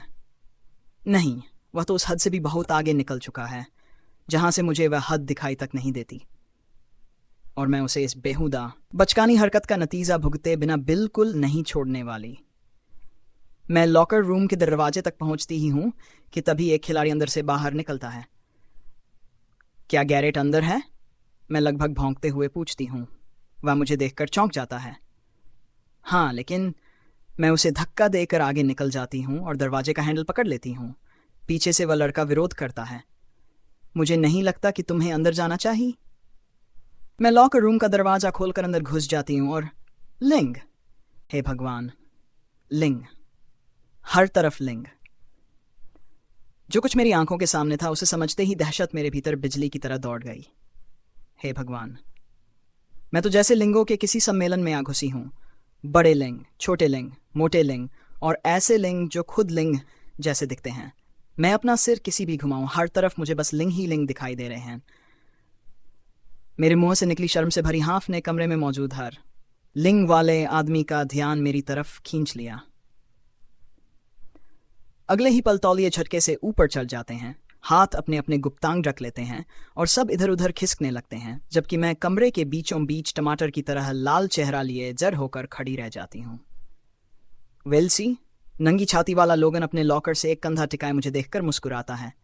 साफ दिख रहा है कि वह हंसी रोकने की पूरी कोशिश कर रहा है। लोगन, मेरे मुंह से घबराहट में निकलता है। हाय। मैं पूरी कोशिश करती हूँ कि कमरे में घूम रहे आधे नंगे लड़कों की तरफ न देखूं। उनमें से कुछ मनोरंजन से मुस्कुरा रहे हैं और बाकी डर के मारे पीले पड़ गए हैं। मैं गैरेट को ढूंढ रही हूं। बड़ी मुश्किल से अपनी मुस्कान दबाते हुए लोगन पीछे बने एक दरवाजे की ओर अंगूठा दिखाता है। वहां से भाप निकल रही है, इसलिए मैं समझ जाती हूं कि वह शॉवर की तरफ जाता होगा। मैं उसे कृतज्ञ नजर से देखती हूं और उसी दिशा में बढ़ जाती हूं। तभी भाप से भरी उस जगह से कोई बाहर निकलता है। डीन बाहर आता है और मुझे उसका लिंग दिखाई देता है। अरे विल्सी, वह आराम से कहता है। मेरी मौजूदगी से जरा भी परेशान हुए बिना पूरी तरह नंगा अपने लॉकर की तरफ ऐसे चला जाता है जैसे मुझे यहाँ दें उसके लिए रोज की बात हो। मैं तेजी से आगे बढ़ती हूँ। एक पल को सोचती हूँ कि आंखें बंद कर लूँ या नहीं, लेकिन शुक्र है कि सारे शॉवर सलून वाले झूलते दरवाजों से ढके हुए हैं और बीच बीच में पार्टीशन बने हुए हैं। जैसे जैसे मैं टाइलों वाले फर्श पर आगे बढ़ती हूँ, सबके सिर मेरी तरफ घूम जाते हैं। उन सिरों में से एक बर्डी का भी है जिसकी आंखें मुझे देखकर फैल जाती हैं। है ना? वह चीख जैसी आवाज में कहता है। मैं उसे पूरी तरह नजरअंदाज करती हुई आगे बढ़ती रहती हूँ जब तक कि मुझे एक जानी पहचानी पीठ दिखाई नहीं देती। मेरी नज़र एक बार फिर पक्का करने के लिए उस पर टिकती है और हाँ, सुनहरी त्वचा, टैटू, काले बाल। कोई शक नहीं, वो गैरेट ही है। मेरे कदमों की आहट सुनते ही गैरेट पलटकर घूमता है और मुझे देखकर उसकी आंखें फैल जाती हैं। विल्सी। मैं तेजी से उसके सामने पहुंचती हूँ, आधे खुले शॉवर दरवाजे के पास रुकती हूँ, उसे अपनी सबसे खतरनाक घूरती नजर से देखती हूँ और चीख पड़ती हूँ, तुम्हें आखिर हुआ क्या है? कहानी का रुख बदलता है और अब हम गैरेट के नजरिए से देखते हैं। मैं किसी पूरे शहर के सबसे बड़े बेवकूफ की तरह मुस्कुरा रहा हूं और अभी ऐसा करने का बिल्कुल सही समय नहीं है। मैं पूरी तरह नंगा हूं, एक ऐसे कमरे में जहां चारों तरफ नहाते हुए लड़के हैं और मेरी गर्लफ्रेंड मुझे ऐसी नजरों से घूर रही है जैसे अभी मुझे चीर कर रख देगी। लेकिन उसे देखकर मैं इतना खुश हूं कि अपने चेहरे की मुस्कान पर काबू ही नहीं रख पा रहा। मेरी नजरें उसे भर भर कर देखती हैं। उसका खूबसूरत चेहरा, गहरे बाल जो गुलाबी हेयर बैंड से पोनीटेल में बंधे हुए हैं, और गुस्से से चमकती हुई हरी आंखें। सच कहूं तो जब हैना मुझ पर गुस्सा होती है तब भी कमाल की लगती है। गैरेट हंसते हुए कहता है, तुम्हें भी देखकर अच्छा लगा बेबी। छुट्टियां कैसी रहीं? हैना झल्लाकर बोलती है, मुझे बेबी मत कहो और मेरी छुट्टियों के बारे में पूछने की जरूरत नहीं, क्योंकि तुम्हें उसके बारे में जानने का कोई हक नहीं है। वह गुस्से से मुझे घूरती है, फिर बगल वाले शॉवर में खड़े 3 हॉकी खिलाड़ियों की तरफ मुड़ती है। भगवान के लिए, तुम लोग जल्दी से नहा धोकर यहां से निकलोगे? मुझे तुम्हारे कप्तान पर चिल्लाना है। मैं हंसी रोकने की कोशिश करता हूं, लेकिन आखिरकार हंसी बाहर निकल ही जाती है। मेरे साथी खिलाड़ी ऐसे तुरंत चौकन्ने हो जाते हैं जैसे किसी ड्रिल सार्जेंट ने आदेश दे दिया हो। शॉवर बंद हो जाते हैं, तौलिए निकल आते हैं और कुछ ही पलों में कमरे में सिर्फ मैं और हैना रह जाते हैं। मैं नल बंद करके उसकी तरफ मुड़ता हूं। शॉवर का आधा दरवाजा मेरे निचले हिस्से को अच्छी तरह छिपा रहा है, लेकिन अगर हैना बस थोड़ा सा झांक ले तो उसे मेरा तेजी से सख्त होता हुआ लिंग साफ दिखाई दे जाएगा, जो उसे देखकर बेहिसाब खुश है। लेकिन वह झांकती भी नहीं, वह बस मुझे घूरती रहती है। हैना गुस्से से कहती है, तो तुमने पूरे कैंपस में ऐसा फरमान जारी कर दिया कि कोई भी लड़का मेरे पास तक न फटके? क्या तुम सच में मजाक कर रहे हो? अब कहानी का रुख बदलता है और हम गैरेट की नजर से सब कुछ देखते हैं। मैं किसी पूरे कस्बे के सबसे बड़े बेवकूफ की तरह मुस्कुरा रहा हूं और अभी ऐसा करने का बिल्कुल सही समय नहीं है, खासकर तब नहीं जब मैं इस कमरे में पूरी तरह नंगा खड़ा हूं, चारों तरफ नहाते हुए लड़के हैं और मेरी गर्लफ्रेंड मुझे ऐसी नजरों से घूर रही है मानो अपनी आंखों से ही मुझे छलनी कर देगी। लेकिन उसे देखकर मैं इतना खुश हूं कि अपने चेहरे की मांसपेशियों पर काबू ही नहीं रख पा रहा। मेरी नजरें उसे भर भर कर देखती हैं। उसका खूबसूरत चेहरा, गहरे रंग के बाल जो गुलाबी हेयर बैंड से बंधी पोनीटेल में पीछे खिंचे हुए हैं, और गुस्से से जलती उसकी हरी आंखें। जब वो मुझ पर गुस्सा होती है तब वो कमबख्त और भी ज्यादा खूबसूरत लगती है। तुम्हें भी देखकर अच्छा लगा बेबी, मैं खुशी से कहता हूं। छुट्टियां कैसी रहीं? हैना मुझे घूरती है, मुझे बेबी मत कहो और मेरी छुट्टियों के बारे में पूछने की जरा भी कोशिश मत करना, क्योंकि तुम्हें ये जानने का कोई हक नहीं है। फिर वो बगल वाले शॉवर में खड़े 3 हॉकी खिलाड़ियों की तरफ मुड़ती है।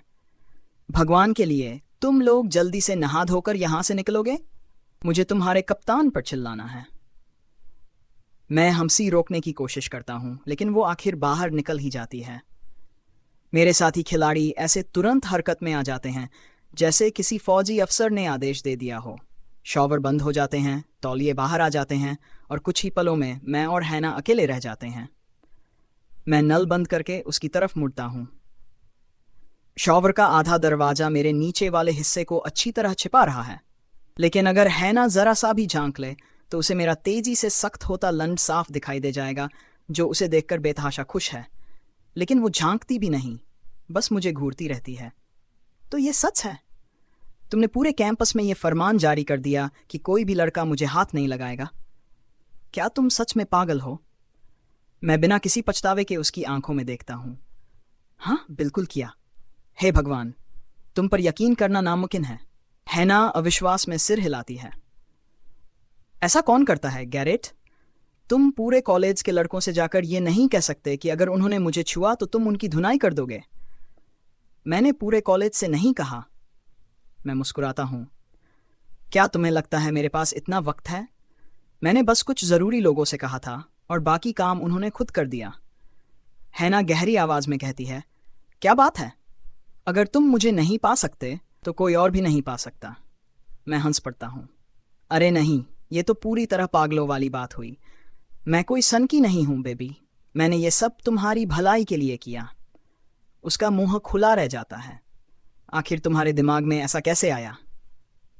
क्योंकि तुम मुझसे प्यार करती हो और किसी दूसरे के साथ डेट नहीं करना चाहती।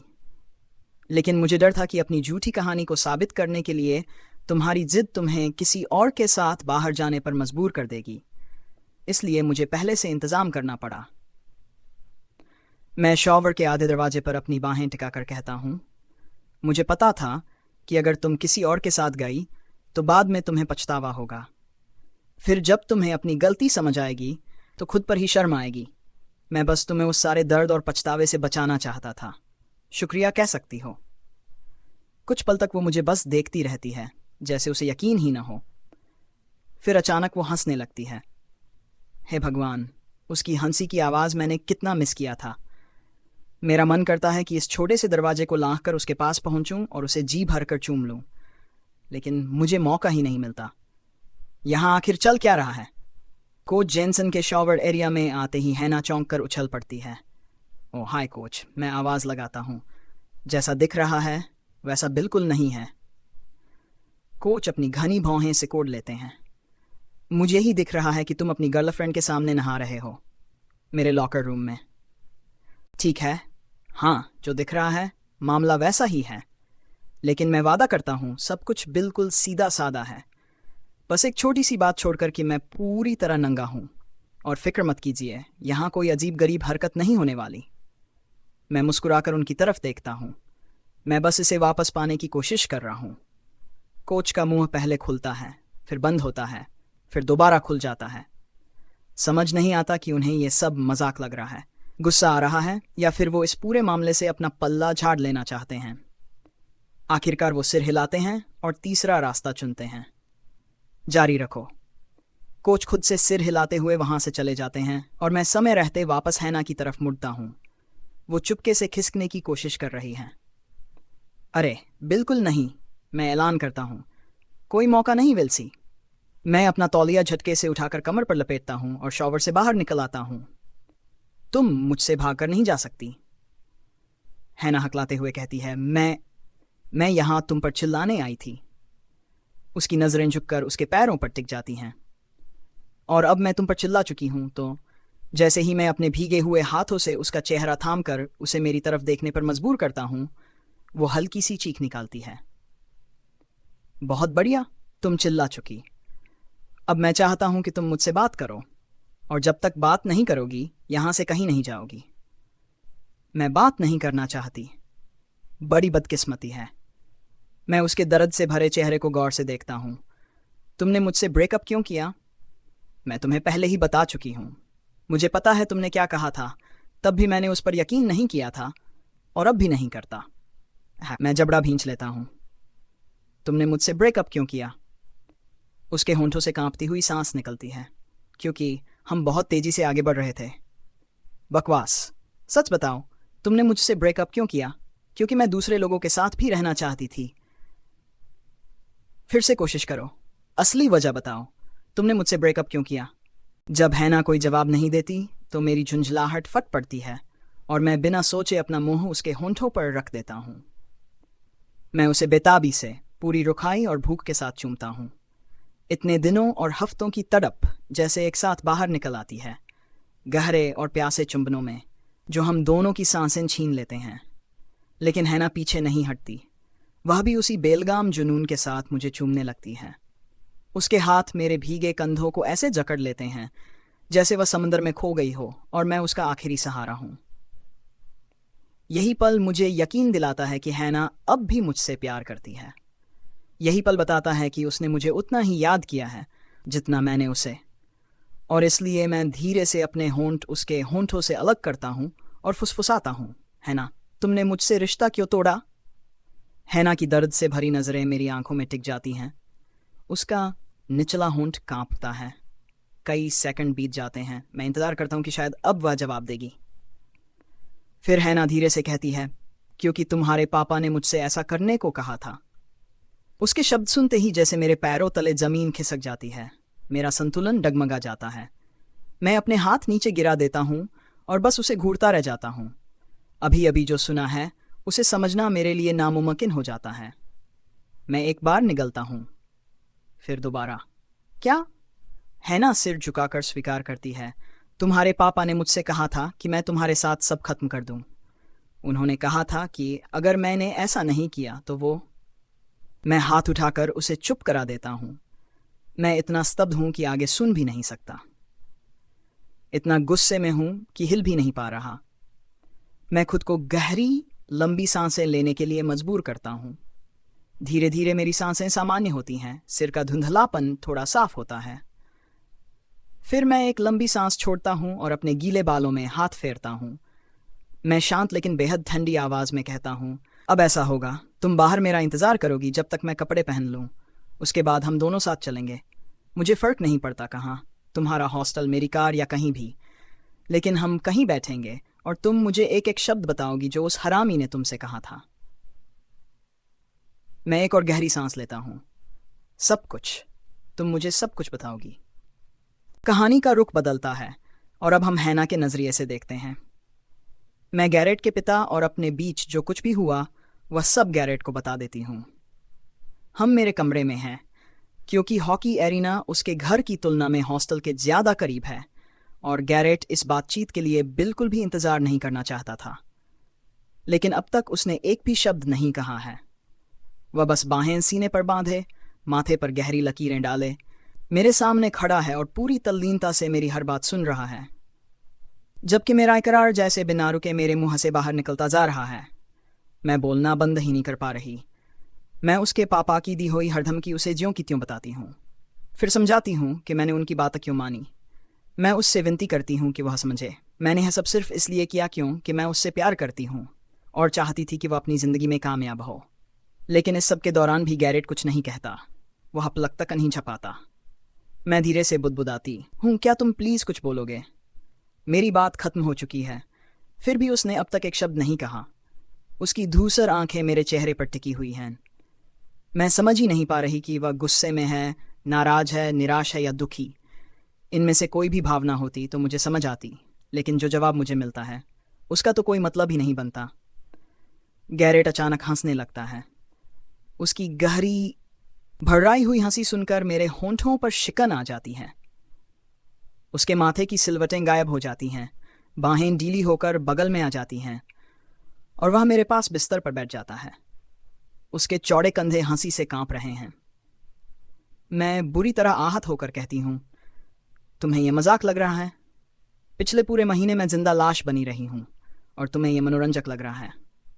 गैरेट हंसी रोकने की कोशिश करते हुए कहता है, नहीं, मुझे तो यह बहुत बड़ा अफसोस लगता है। मैं भौंचक्की होकर पूछती हूँ, किस बात का अफसोस? गैरेट हमारे बीच इशारा करते हुए कहता है, इसका, तुम्हारा और मेरा। हमने अपनी जिंदगी का पूरा एक कमबख्त महीना यूं ही गंवा दिया। वह एक लंबी भारी सांस छोड़ता है। तुमने मुझे बस पता क्यों नहीं दिया? मेरा गला भर आता है क्योंकि मुझे पता था कि तुम क्या कहते। गैरेट के होंठों से फिर एक हल्की हंसी निकलती है। मुझे इस पर बहुत शक है, लेकिन ठीक है, मान लेते हैं। बताओ, मैं क्या कहता? उसकी यह अजीब सी प्रतिक्रिया मेरी समझ से बाहर है और अब यह मुझे बेचैन करने लगी है। हैना ने धीरे से कहा, तुम कहते कि तुम्हें कोई फर्क नहीं पड़ता अगर तुम्हारे पिता तुम्हें अपनी जायदाद और पैसों से बेदखल कर दें, क्योंकि तुम उन्हें अपनी जिंदगी या हमारी जिंदगी पर हुकूमत नहीं करने दोगे। गैरेट ने सिर हिलाया। हाँ, अब तक बिल्कुल सही। और फिर तुम कहते कि तुम्हें उनकी बेवकूफ़ी भरी दौलत से ज़्यादा मेरी परवाह है। बिल्कुल। और तुम सच में उन्हें तुम्हें बेदखल करने देते। फिर से सही। मेरा पेट जैसे अंदर से मरोड़ खा जाता है। हैना ने कांपती आवाज़ में कहा, उन्होंने कहा था कि तब तुम आर्थिक सहायता के लायक नहीं रहोगे और तुम्हें बैंक से भी कर्ज नहीं मिलेगा। गैरेट ने फिर सिर हिलाया। दोनों बातें सही हैं। तब तुम्हें अगले सेमेस्टर की फीस भरने के लिए अपनी सारी बचत निकालनी पड़ती। और उसके बाद? हम दोनों जानते हैं कि बिना नौकरी के तुम किराया, रोजमर्रा का खर्च और गाड़ी की किस्तें नहीं चुका सकते। इसका मतलब तुम्हें नौकरी करनी पड़ती। बस यही रुक जाओ बेबी। उसने जो मुस्कान मुझे दी उसमें इतनी नरमी थी कि मेरा दिल और भारी हो गया। गैरेट ने प्यार से कहा, चलो जरा पीछे चलते हैं। मान लिया कि मेरे पिता ने मुझे बेदखल कर दिया। अब मुझसे पूछो कि उसके बाद मैं क्या कहता। मैंने अपने गाल के अंदरूनी हिस्से को दांतों से काट लिया, शायद कुछ ज्यादा ही जोर से, इसलिए जीभ फेर कर उस चुभन को शांत करने लगी। क्या? गैरेट थोड़ा और पास आया। उसकी उंगलियों के पोर मेरे गाल पर बेहद नरमी से फिर गए। गैरेट ने धीमी, सुकून भरी आवाज में कहा, मैं कहता, फिक्र मत करो बेबी, कुछ ही हफ्तों में मैं 21 साल का होने वाला हूं और मेरे दादा दादी मेरे नाम एक ट्रस्ट फंड छोड़ गए थे जिसे मैं 2 जनवरी से इस्तेमाल कर सकता हूं। मैं सदमे में एक गहरी सांस खींचती हूं। रुको, क्या? गैरेट हल्के से मेरा निचला होंठ उंगलियों में दबाता है और झुंझलाहट में सिर हिलाता है। मेरे दादा दादी मेरे लिए विरासत छोड़ गए थे, है ना? मेरे पिता को उसके बारे में कभी पता नहीं चला क्योंकि माँ ने सारे कागज उनसे छिपाकर साइन कर दिए थे। नानी नाना उसे नफरत की हद तक पसंद नहीं करते थे। सच में वो उस हरामी से बेहद नफरत करते थे। उन्होंने देखा था कि मेरे और हॉकी के मामले में वो कितना हद से ज्यादा मुझे कंट्रोल करता था। उन्हें डर था कि कहीं वो ट्रस्ट के पैसों तक पहुंचकर अपनी मर्जी से उनका इस्तेमाल न करने लगे, इसलिए उन्होंने पहले ही तय कर दिया कि मेरी जिंदगी सुरक्षित रहे। उन्होंने इतना पैसा छोड़ा कि मेरे पिता ने आज तक मुझ पर जितना भी खर्च किया है मैं सब लौटा सकता हूं। मेरी पूरी पढ़ाई का खर्च निकल जाए, मेरे सारे खर्च पूरे हो जाएं और शायद ग्रेजुएशन के बाद भी कई साल आराम से गुजर जाएं। मेरा दिमाग सुन्न पड़ जाता है। इतनी बड़ी बात समझने में मुझे वक्त लग रहा है। सच? सच, गैरेट बिना झिझक जवाब देता है। उसकी कही बात का मतलब जैसे ही मेरे भीतर उतरता है, डर और पछतावे की एक लहर मुझे पूरी तरह डुबो देती है। हे भगवान, क्या इसका मतलब? मैंने उससे बिना किसी वजह के रिश्ता तोड़ दिया? गैरेट मेरे चेहरे के भाव पढ़ लेता है और हल्का सा हंस देता है। शर्त लगा सकता हूं इस वक्त तुम खुद को बहुत बेवकूफ़ महसूस कर रही हो, है ना? मेरा मुंह खुला रह जाता है लेकिन शब्द बाहर ही नहीं आते। मुझे यकीन नहीं हो रहा। मैं कितनी, हे भगवान, ये सही कह रहा है। मैं सचमुच बहुत बड़ी बेवकूफ़ हूं। हैना की आवाज़ टूट जाती है। मैं सिर्फ सही काम करना चाहती थी। मुझे पता है हॉकी तुम्हारे लिए कितनी ज़रूरी है। मैं नहीं चाहती थी कि तुम उसे खो दो। गैरेट फिर एक लंबी सांस छोड़ता है। मुझे पता है, और यकीन मानो यही एक वजह है कि इस वक्त मैं तुमसे नाराज नहीं हूं। हाँ, इस बात पर बहुत गुस्सा है कि तुमने मुझसे सीधे आकर बात नहीं की, लेकिन मैं समझता हूं कि तुमने ऐसा क्यों नहीं किया। उसकी आंखों में गुस्से की चमक कौंधती है। उस हरामी को ऐसा करने का कोई हक नहीं था। कसम से मैं उसका। वह खुद को बीच में ही रोक लेता है और गहरी सांस छोड़ता है। असल में मैं कुछ भी नहीं करने वाला। याद है, वो मेरे समय और मेरी ताकत के लायक ही नहीं है। मैं धीरे से पूछती हूं, क्या अब उन्हें उस ट्रस्ट फंड के बारे में पता है? उसकी आंखों में विजयी चमक कौंध उठी। ओह, उसे सब पता चल गया। मेरे दादा दादी की वसीयत संभालने वाले एग्जीक्यूटर ने कल उसे एक चेक भिजवाया। मैंने हिसाब लगाया कि उसका मुझ पर जितना खर्च था उतनी रकम के साथ थोड़ा अतिरिक्त पैसा भी जोड़ दिया। फिर उसने कल रात मुझे फ़ोन किया और लगभग 20 मिनट तक मुझ पर चीखता चिल्लाता रहा, उससे पहले कि मैंने उसका फ़ोन काट दिया। गैरेट का लहजा अचानक गंभीर हो गया। ओह, और एक बात और है जो तुम्हें जाननी चाहिए, सिंडी उसे छोड़कर चली गई। मेरे भीतर एक साथ हैरानी और राहत टकरा गई। सच? हाँ, लगता है थैंक्सगिविंग के लगभग 1 हफ्ते बाद उसने अपना सामान बांधा और बिना पीछे देखे चली गई। फ़ोन पर उसके इतना बौखलाने की ये भी एक वजह थी। उसे लगता है कि हमने कुछ ऐसा कहा था जिसकी वजह से वो उसे छोड़ गई। गुस्से से गैरेट के गाल तन गए। हरामी अब भी अपनी किसी हरकत की जिम्मेदारी नहीं ले सकता। उसके दिमाग में ये बात घुस ही नहीं सकती कि शायद उसके जाने की वजह वही खुद था। मेरा सिर अब भी घूम रहा था। मुझे खुशी थी कि सिंडी उस जहरीले रिश्ते से निकल आई, लेकिन मुझे इस बात की बिल्कुल खुशी नहीं थी कि गैरेट और मैं पूरा 1 महीना अलग रहे। और सबसे ज़्यादा दुख इस बात का था कि मैंने फिल ग्राहम को मुझे इतना डरा देने दिया कि मैंने उसी इंसान को छोड़ दिया जिसे मैं प्यार करती हूँ। मुझे माफ़ कर दो, मैंने धीमे से कहा। मुझे सच में बहुत अफसोस है गैरेट, हर चीज़ के लिए। गैरेट ने मेरा हाथ थाम लिया। हाँ, मुझे भी। माफ़ी मांगने की हिम्मत भी मत करना, तुम्हारी कोई गलती नहीं है। गलती मेरी थी। मैंने बड़ा हीरो बनने की कोशिश की और तुम्हारी भलाई के लिए तुमसे रिश्ता तोड़ दिया। मैं कराहू थी। हे भगवान, मैं निस्वार्थ बनने की कोशिश भी करूं तो उसे भी बुरी तरह बिगाड़ देती हूं। गैरेट हंस पड़ा। कोई बात नहीं, कम से कम तुम कमाल की खूबसूरत तो हो, और तुम्हारे उन स्ट्रिपर जैसे मस्त उभारों की बात ही मत छेड़ो। मैं हल्की सी चीख पड़ी जब उसने अचानक मेरे स्वेटर के ऊपर से मेरे स्तनों को दोनों हथेलियों में भर लिया और उन्हें जोर से दबा दिया। उसने संतोष भरी एक धीमी सी आवाज़ निकाली, फिर अपनी हथेलियां मेरे कपड़ों के ऊपर से फेरते हुए मेरी तेजी से सख्त होती चूचियों पर रगड़ने लगा। ओह, इनकी मुझे कितनी बुरी तरह याद आई है, तुम्हें अंदाजा भी नहीं कि कितनी। उसके मुंह से हंसी निकल जाती है। सच में? हम अभी तक आधिकारिक तौर पर फिर से साथ भी नहीं आए और तुम सीधे दूसरे पड़ाव पर पहुंच रहे हो? गैरेट के होंठ मेरी गर्दन से जा चिपकते हैं और उसकी जीभ मुझे छेड़ती हुई हल्का सा चाटती है। मेरे हिसाब से तो हमारा ब्रेकअप कभी हुआ ही नहीं। फिर वह मेरे कान की लौ को दांतों से हल्के हल्के कुतरता है और मेरे पूरे बदन में सिहरनों की लहर दौड़ जाती है। तो मेरी नज़र में पहले हम गले लगेंगे, किस करेंगे, थोड़ा रो लेंगे, जिसमें क्या 20 मिनट लगेंगे। फिर अगले 20 मिनट मैं तुम्हें माफ़ करूँगा और तुम मुझसे हमेशा प्यार करने की कसम खाओगी। और शायद 10 मिनट तुम मुझे मुंह से सुख देकर उस पूरे वक्त की भरपाई कर दोगी जो हमने बर्बाद कर दिया। मैं उसकी बाह पर मुक्का जड़ देती हूँ। लेकिन जब हम सीधे असली मज़ेदार हिस्से पर पहुंच सकते हैं तो और वक्त बर्बाद करने का क्या मतलब। मेरे होंठ मुस्कुराहट दबाते हुए कांपते हैं। और ज़रा बताओ तो सही, तुम्हारे हिसाब से असली मज़ेदार हिस्सा क्या है? मैं पलक भी नहीं झपकाती कि अगले ही पल मैं अपनी पीठ के बल बिस्तर पर होती हूँ और गैरेट का मजबूत गर्म शरीर मेरे ऊपर आ गिरता है।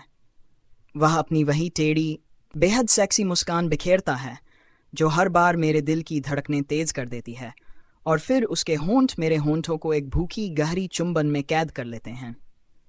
यही वह मेरा निचला होंठ अपने होंठों में लेकर चूसता है और अपने कूल्हों को मादक अंदाज में मेरे खिलाफ रगड़ता है। यही है असली मज़ेदार हिस्सा। मैं अपनी बाहें उसके चारों ओर लपेटकर उसे पूरी ताकत से अपने सीने से लगा लेती हूँ। यह एहसास इतना जाना पहचाना, इतना सही, इतना परफेक्ट है कि मेरे दिल में भरा सारा प्यार उमड़ पड़ता है और मेरी आंखें भीग उठती हैं। मैं तुमसे प्यार करती हूँ गैरेट, मैं भर्राई हुई आवाज़ में कह पाती हूँ। उसकी भारी मखमली आवाज़ मेरे होंठों को छूती है। मैं भी तुमसे प्यार करता हूँ, है ना? और फिर वह मुझे दोबारा चूमता है और मेरी दुनिया एक बार फिर बिल्कुल सही जगह पर लौट आती है।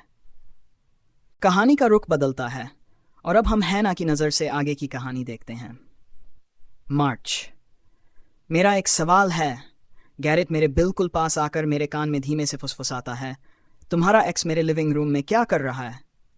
मेरी नज़र जस्टिन पर जाती है जो सोफे पर टक्कर के साथ बैठा किसी बेहद उलझे हुए शूटिंग वीडियो गेम में डूबा हुआ है। फिर मैं वापस गैरेट की तरफ मुड़ती हूँ।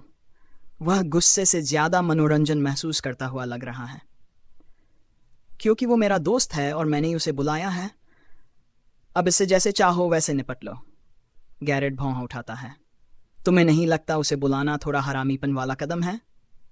मेरा मतलब, इस पूरे सीजन फुटबॉल टीम की ऐसी तैसी हो गई और अब उसे हॉकी टीम के साथ सेमीफाइनल तक पहुंचने की पार्टी मनाने भी आना है, और ऊपर से उसे उस मर्द का शानदार नमूना भी देखना पड़े जिसने तुम्हें उससे छीन लिया।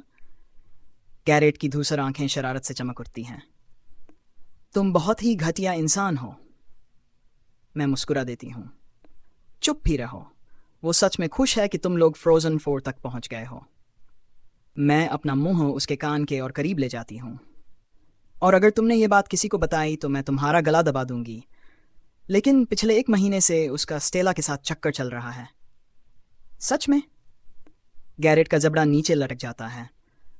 उसकी नज़र कमरे के उस पार जाती है जहां स्टेला, डेक्स और एली लोगन और सिम्स के साथ बड़े जोश से बातें कर रहे हैं। अब भी मेरे लिए अपने दोस्तों को गैरेट के दोस्तों के साथ इतने घुलते मिलते देखना थोड़ा अजीब लगता है, लेकिन पिछले 3 महीनों में हम सब न जाने कितनी बार साथ घूम चुके हैं इसलिए अब मैं इसकी आदी होने लगी हूँ। डेस्क के पास खड़ा लोगन शायद महसूस कर लेता है कि मैं उसे देख रही हूँ। वह सिर उठाकर मेरी तरफ देखता है और सच कहूँ तो उसकी उस नज़र की मुझे अब तक आदत नहीं पड़ी है। उसकी आंखों में साफ साफ चाहत जलती दिखाई देती है, और ऐसा पहली बार नहीं हुआ जब मैंने बस एक ही बार इस बारे में गैरेट से बात की थी। कुछ देर बाद कहानी आगे बढ़ती है। हैना मन ही मन सोचती है। गैरेट और उसके बीच लॉगन को लेकर हुई अब तक की सबसे अजीब बातचीत याद आते ही बेचैनी फिर लौट आती है। गैरेट ने बस एक लंबी सांस लेकर इतना ही कहा था, वो इससे बाहर निकल जाएगा। न उसके चेहरे पर गुस्सा था, न कोई शिकायत था, बस यही एक छोटा सा जवाब। लेकिन उस जवाब से हैना की चिंता जरा भी कम नहीं हुई। हैना को यह ख्याल बिल्कुल पसंद नहीं कि गैरेट का सबसे अच्छा दोस्त शायद उसके लिए कुछ महसूस करता हो। लेकिन लॉगन ने कभी उसकी तरफ कोई कदम नहीं बढ़ाया, न ही उसने कभी अपनी भावनाओं का जिक्र किया। यही बात कुछ राहत देती है। फिर भी हैना पूरे दिल से चाहती है कि लॉगन जो भी महसूस करता हो उससे आगे बढ़ जाए, क्योंकि उसे वो लड़का चाहे जितना अच्छा लगता हो, उसका दिल पूरी तरह बिना किसी शक के सिर्फ गैरेट का है, और ये कभी बदलने वाला नहीं। ये पूरा सेमेस्टर दोनों के लिए बेहद व्यस्त रहा है। हैना फिर से रिहर्सल में डूबी हुई है, इस बार स्प्रिंग शोकेस के लिए। इस बार उसका डुएट डेक्स्टर के साथ है और दोनों साथ काम करते हुए खूब मजे कर रहे हैं। उधर गैरेट और उसकी टीम पोस्ट सीजन में लगातार शानदार खेल रही है। चैंपियनशिप अगले हफ्ते है और मुकाबला फिलाडेल्फिया फ्लायर्स के घरेलू मैदान विल्स फार्गो सेंटर में होने वाला है। इसका मतलब है कि हैना पहली बार फाइनल मुकाबला अपनी आंखों से देखेगी और टीम के फिलाडेल्फिया में रहने के 3 दिनों तक आंट निकोल के घर रुकेगी। हैना को जरा भी शक नहीं कि टीम ये मैच जीत जाएगी। गैरेट और उसके दोस्तों ने पूरे सीजन में जान लगाकर मेहनत की है। अगर वो लोग ये आखिरी मैच हार गए तो हैना अपनी टोपी खा जाएगी, और अगर ऐसा हुआ तो अपने आदमी को ढेर सारा दिलासा देने वाला सेक्स भी देगी। क्या ही मुश्किल काम होगा। तभी गैरेट अचानक मुस्कुराकर कहता है, देखो जरा बिल्ली क्या घसीट कर ले आई। हैना मुड़कर देखती है। दरवाजे पर बर्डी और नताली खड़ी हैं, ठीक वहीं जहां वो और गैरेट बाकी लोगों से अलग खड़े थे। दोनों के चेहरे हल्के लाल हैं और उनके हाव भाव इतने रहस्यमय कि साफ समझ आ जाए पार्टी में देर से आने की वजह क्या है। हैना आगे बढ़कर नताली को गले लगाती है, फिर बर्डी की तरफ मुस्कुराती है। बर्डी गैरेट की चुटकी का जवाब बस एक रक्षात्मक नज़र से देती है।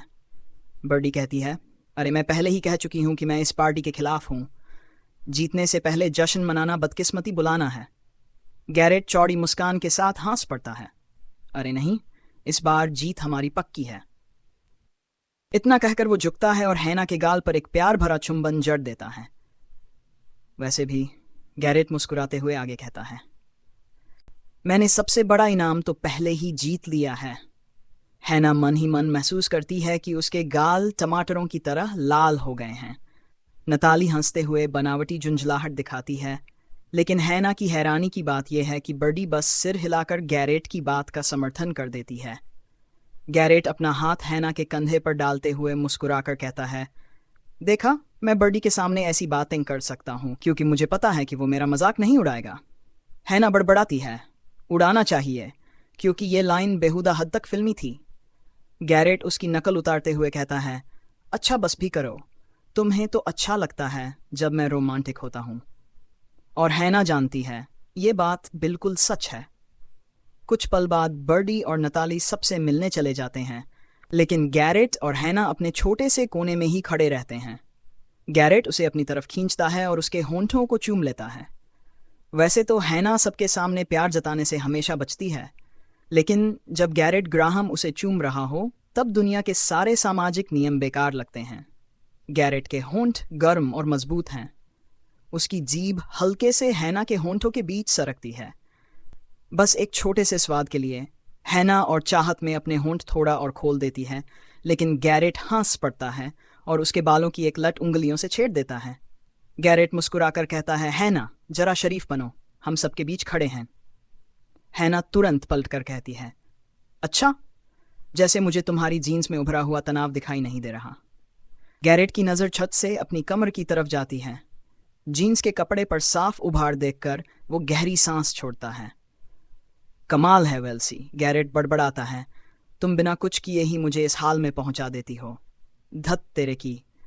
अब तो मुझे अपनी ही पार्टी छोड़कर ऊपर जाना पड़ेगा ताकि इस समस्या का हल निकाल सकूं। बहुत बहुत शुक्रिया। हैना नाक सिकोड़कर हंसती है। सपने देखते रहो, उसके बाद मैं अपने सारे दोस्तों के सामने शर्मिंदा होकर नीचे चलती हुई नहीं आने वाली। गैरेट तुरंत उदास चेहरा बना लेता है। तो तुम्हें मेरे साथ दिखने में शर्म आती है? हैना उसकी छाती पर उंगली से हल्का सा धक्का मारती है। ये मासूम बच्चे वाला ड्रामा मुझ पर अब नहीं चलेगा। छोटा लड़का, गैरेट उसकी बात दोहराता है। उसके होंठों पर एक शरारती मुस्कान फैल जाती है। वह अपना शरीर इस तरह घुमा लेता है कि उसका चेहरा कमरे की तरफ नहीं रहता। फिर वह मेरा हाथ पकड़कर सीधे अपनी जीन्स के उभरे हुए सख्त उभार पर रख देता है। अब बताओ, तुम्हें यह छोटा लगता है या लड़कों जैसा? मेरी रीढ़ में सिहरन दौड़ जाती है। ओह नहीं, अब तो मैं खुद भी बुरी तरह उत्तेजित हो चुकी हूं। दिल जोर जोर से धड़क रहा है, पूरा शरीर झंझना रहा है। मैं झुंझलाहट भरी कराह निकालते हुए उसका हाथ कसकर पकड़ लेती हूँ। ठीक है, चलो ऊपर चलते हैं। गैरेट तुरंत सिर हिलाता है।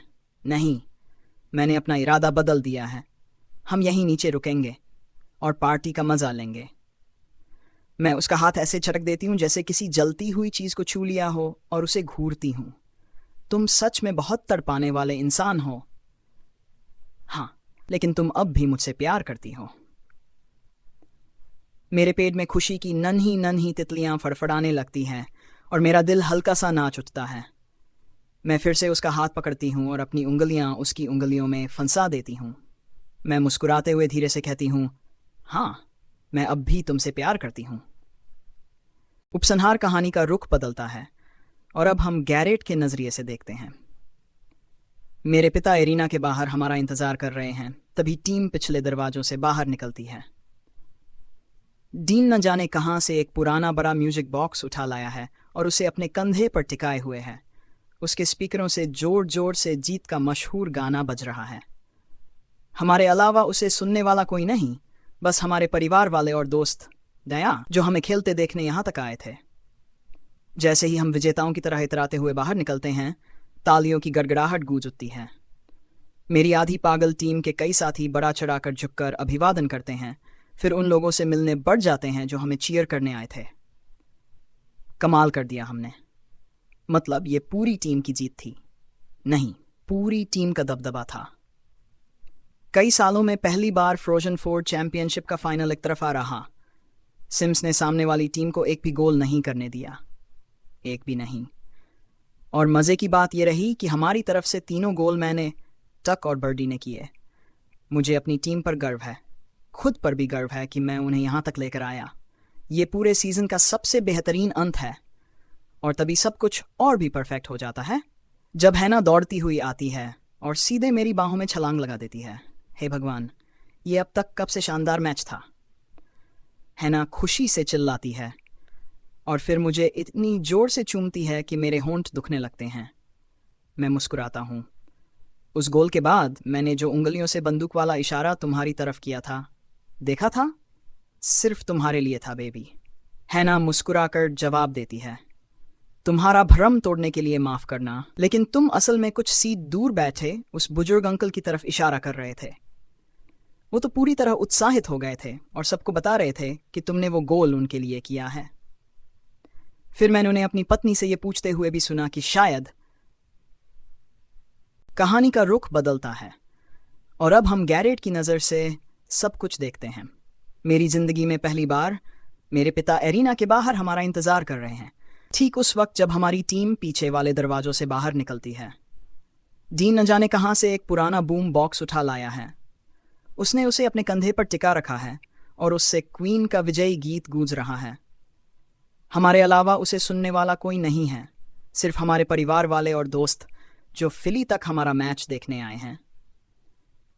जैसे ही हम असली चैंपियनों की तरह इथलाते हुए बाहर निकलते हैं, तालियों की गड़गड़ाहट फूट पड़ती है। मेरी टीम के कुछ सिरफिरे साथी तो बड़ा चढ़ाकर झुककर सलाम भी करते हैं, फिर उन लोगों से मिलने बढ़ जाते हैं जो हमारा हौसला बढ़ाने आए थे। हमने कर दिखाया, सिर्फ जीत नहीं, पूरी तरह से दबाकर जीत हासिल की। कई सालों में पहली बार फ्रोजन 4 चैंपियनशिप का फाइनल बिना एक भी गोल खाए खत्म हुआ। सिम्स ने सामने वाली टीम को एक बार भी स्कोर नहीं करने दिया, और ये भी कितना सही लगता है कि हमारी तरफ से हुए तीनों गोल मैंने, टक और बर्डी ने किए। मुझे अपनी टीम पर गर्व है और खुद पर भी कि मैं उन्हें यहां तक लेकर आया। ये एक बेहतरीन सीजन का बिल्कुल परफेक्ट अंत है, और तभी सब कुछ उससे भी ज्यादा परफेक्ट हो जाता है जब हैना दौड़ती हुई आती है और सीधे मेरी बाहों में छलांग लगा देती है। हे भगवान, ये अब तक का सबसे शानदार मैच था। हैना मेरे होंठों पर इतनी जोर से चुंबन जड़ती है कि वे सुन्न पड़ जाते हैं। मैं मुस्कुराता हूं। गोल करने के बाद मैंने जो उंगली से बंदूक वाला इशारा तुम्हारी तरफ किया था, देखा था? सब तुम्हारे लिए था बेबी। हैना खिलखिलाकर हंसती है। तुम्हारा भ्रम तोड़ने के लिए माफ करना, लेकिन तुम असल में कुछ सीट दूर बैठे एक बूढ़े अंकल की तरफ इशारा कर रहे थे। बेचारे इतने खुश हो गए कि सबको चिल्ला चिल्ला कर बताने लगे कि तुमने उनके लिए गोल किया है। फिर मैंने उन्हें अपनी पत्नी से ये कहते भी सुना कि तुम्हें अभी अभी डायबिटीज़ का पता चला है, इसलिए मेरा दिल ही नहीं हुआ कि उन्हें बताऊं कि वह गोल असल में किसके लिए था।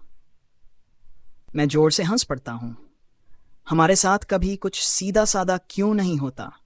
अरे, हैना विरोध जताती है, इसी वजह से तो हमारी कहानी दिलचस्प है। इस बात से मैं बहस नहीं कर सकता। आंख के कोने से मैं अपने पिता को बस के पास खड़े देखता हूं, लेकिन मैं उनकी तरफ नहीं देखता। सच तो यह है कि कोई भी उनकी तरफ नहीं देख रहा, न मैं, न हैना, न मेरी टीम का कोई खिलाड़ी। कुछ महीने पहले मैंने लड़कों को अपने पिता के बारे में पूरी सच्चाई बता दी थी। हैना से हुई उस बातचीत के बाद जिसमें हमने जिंदगी के नाइंसाफ होने और मेरे पिता के अब भी लोगों के लिए हीरो बने रहने की बात की थी, वह सब मेरे भीतर अटका रह गया था।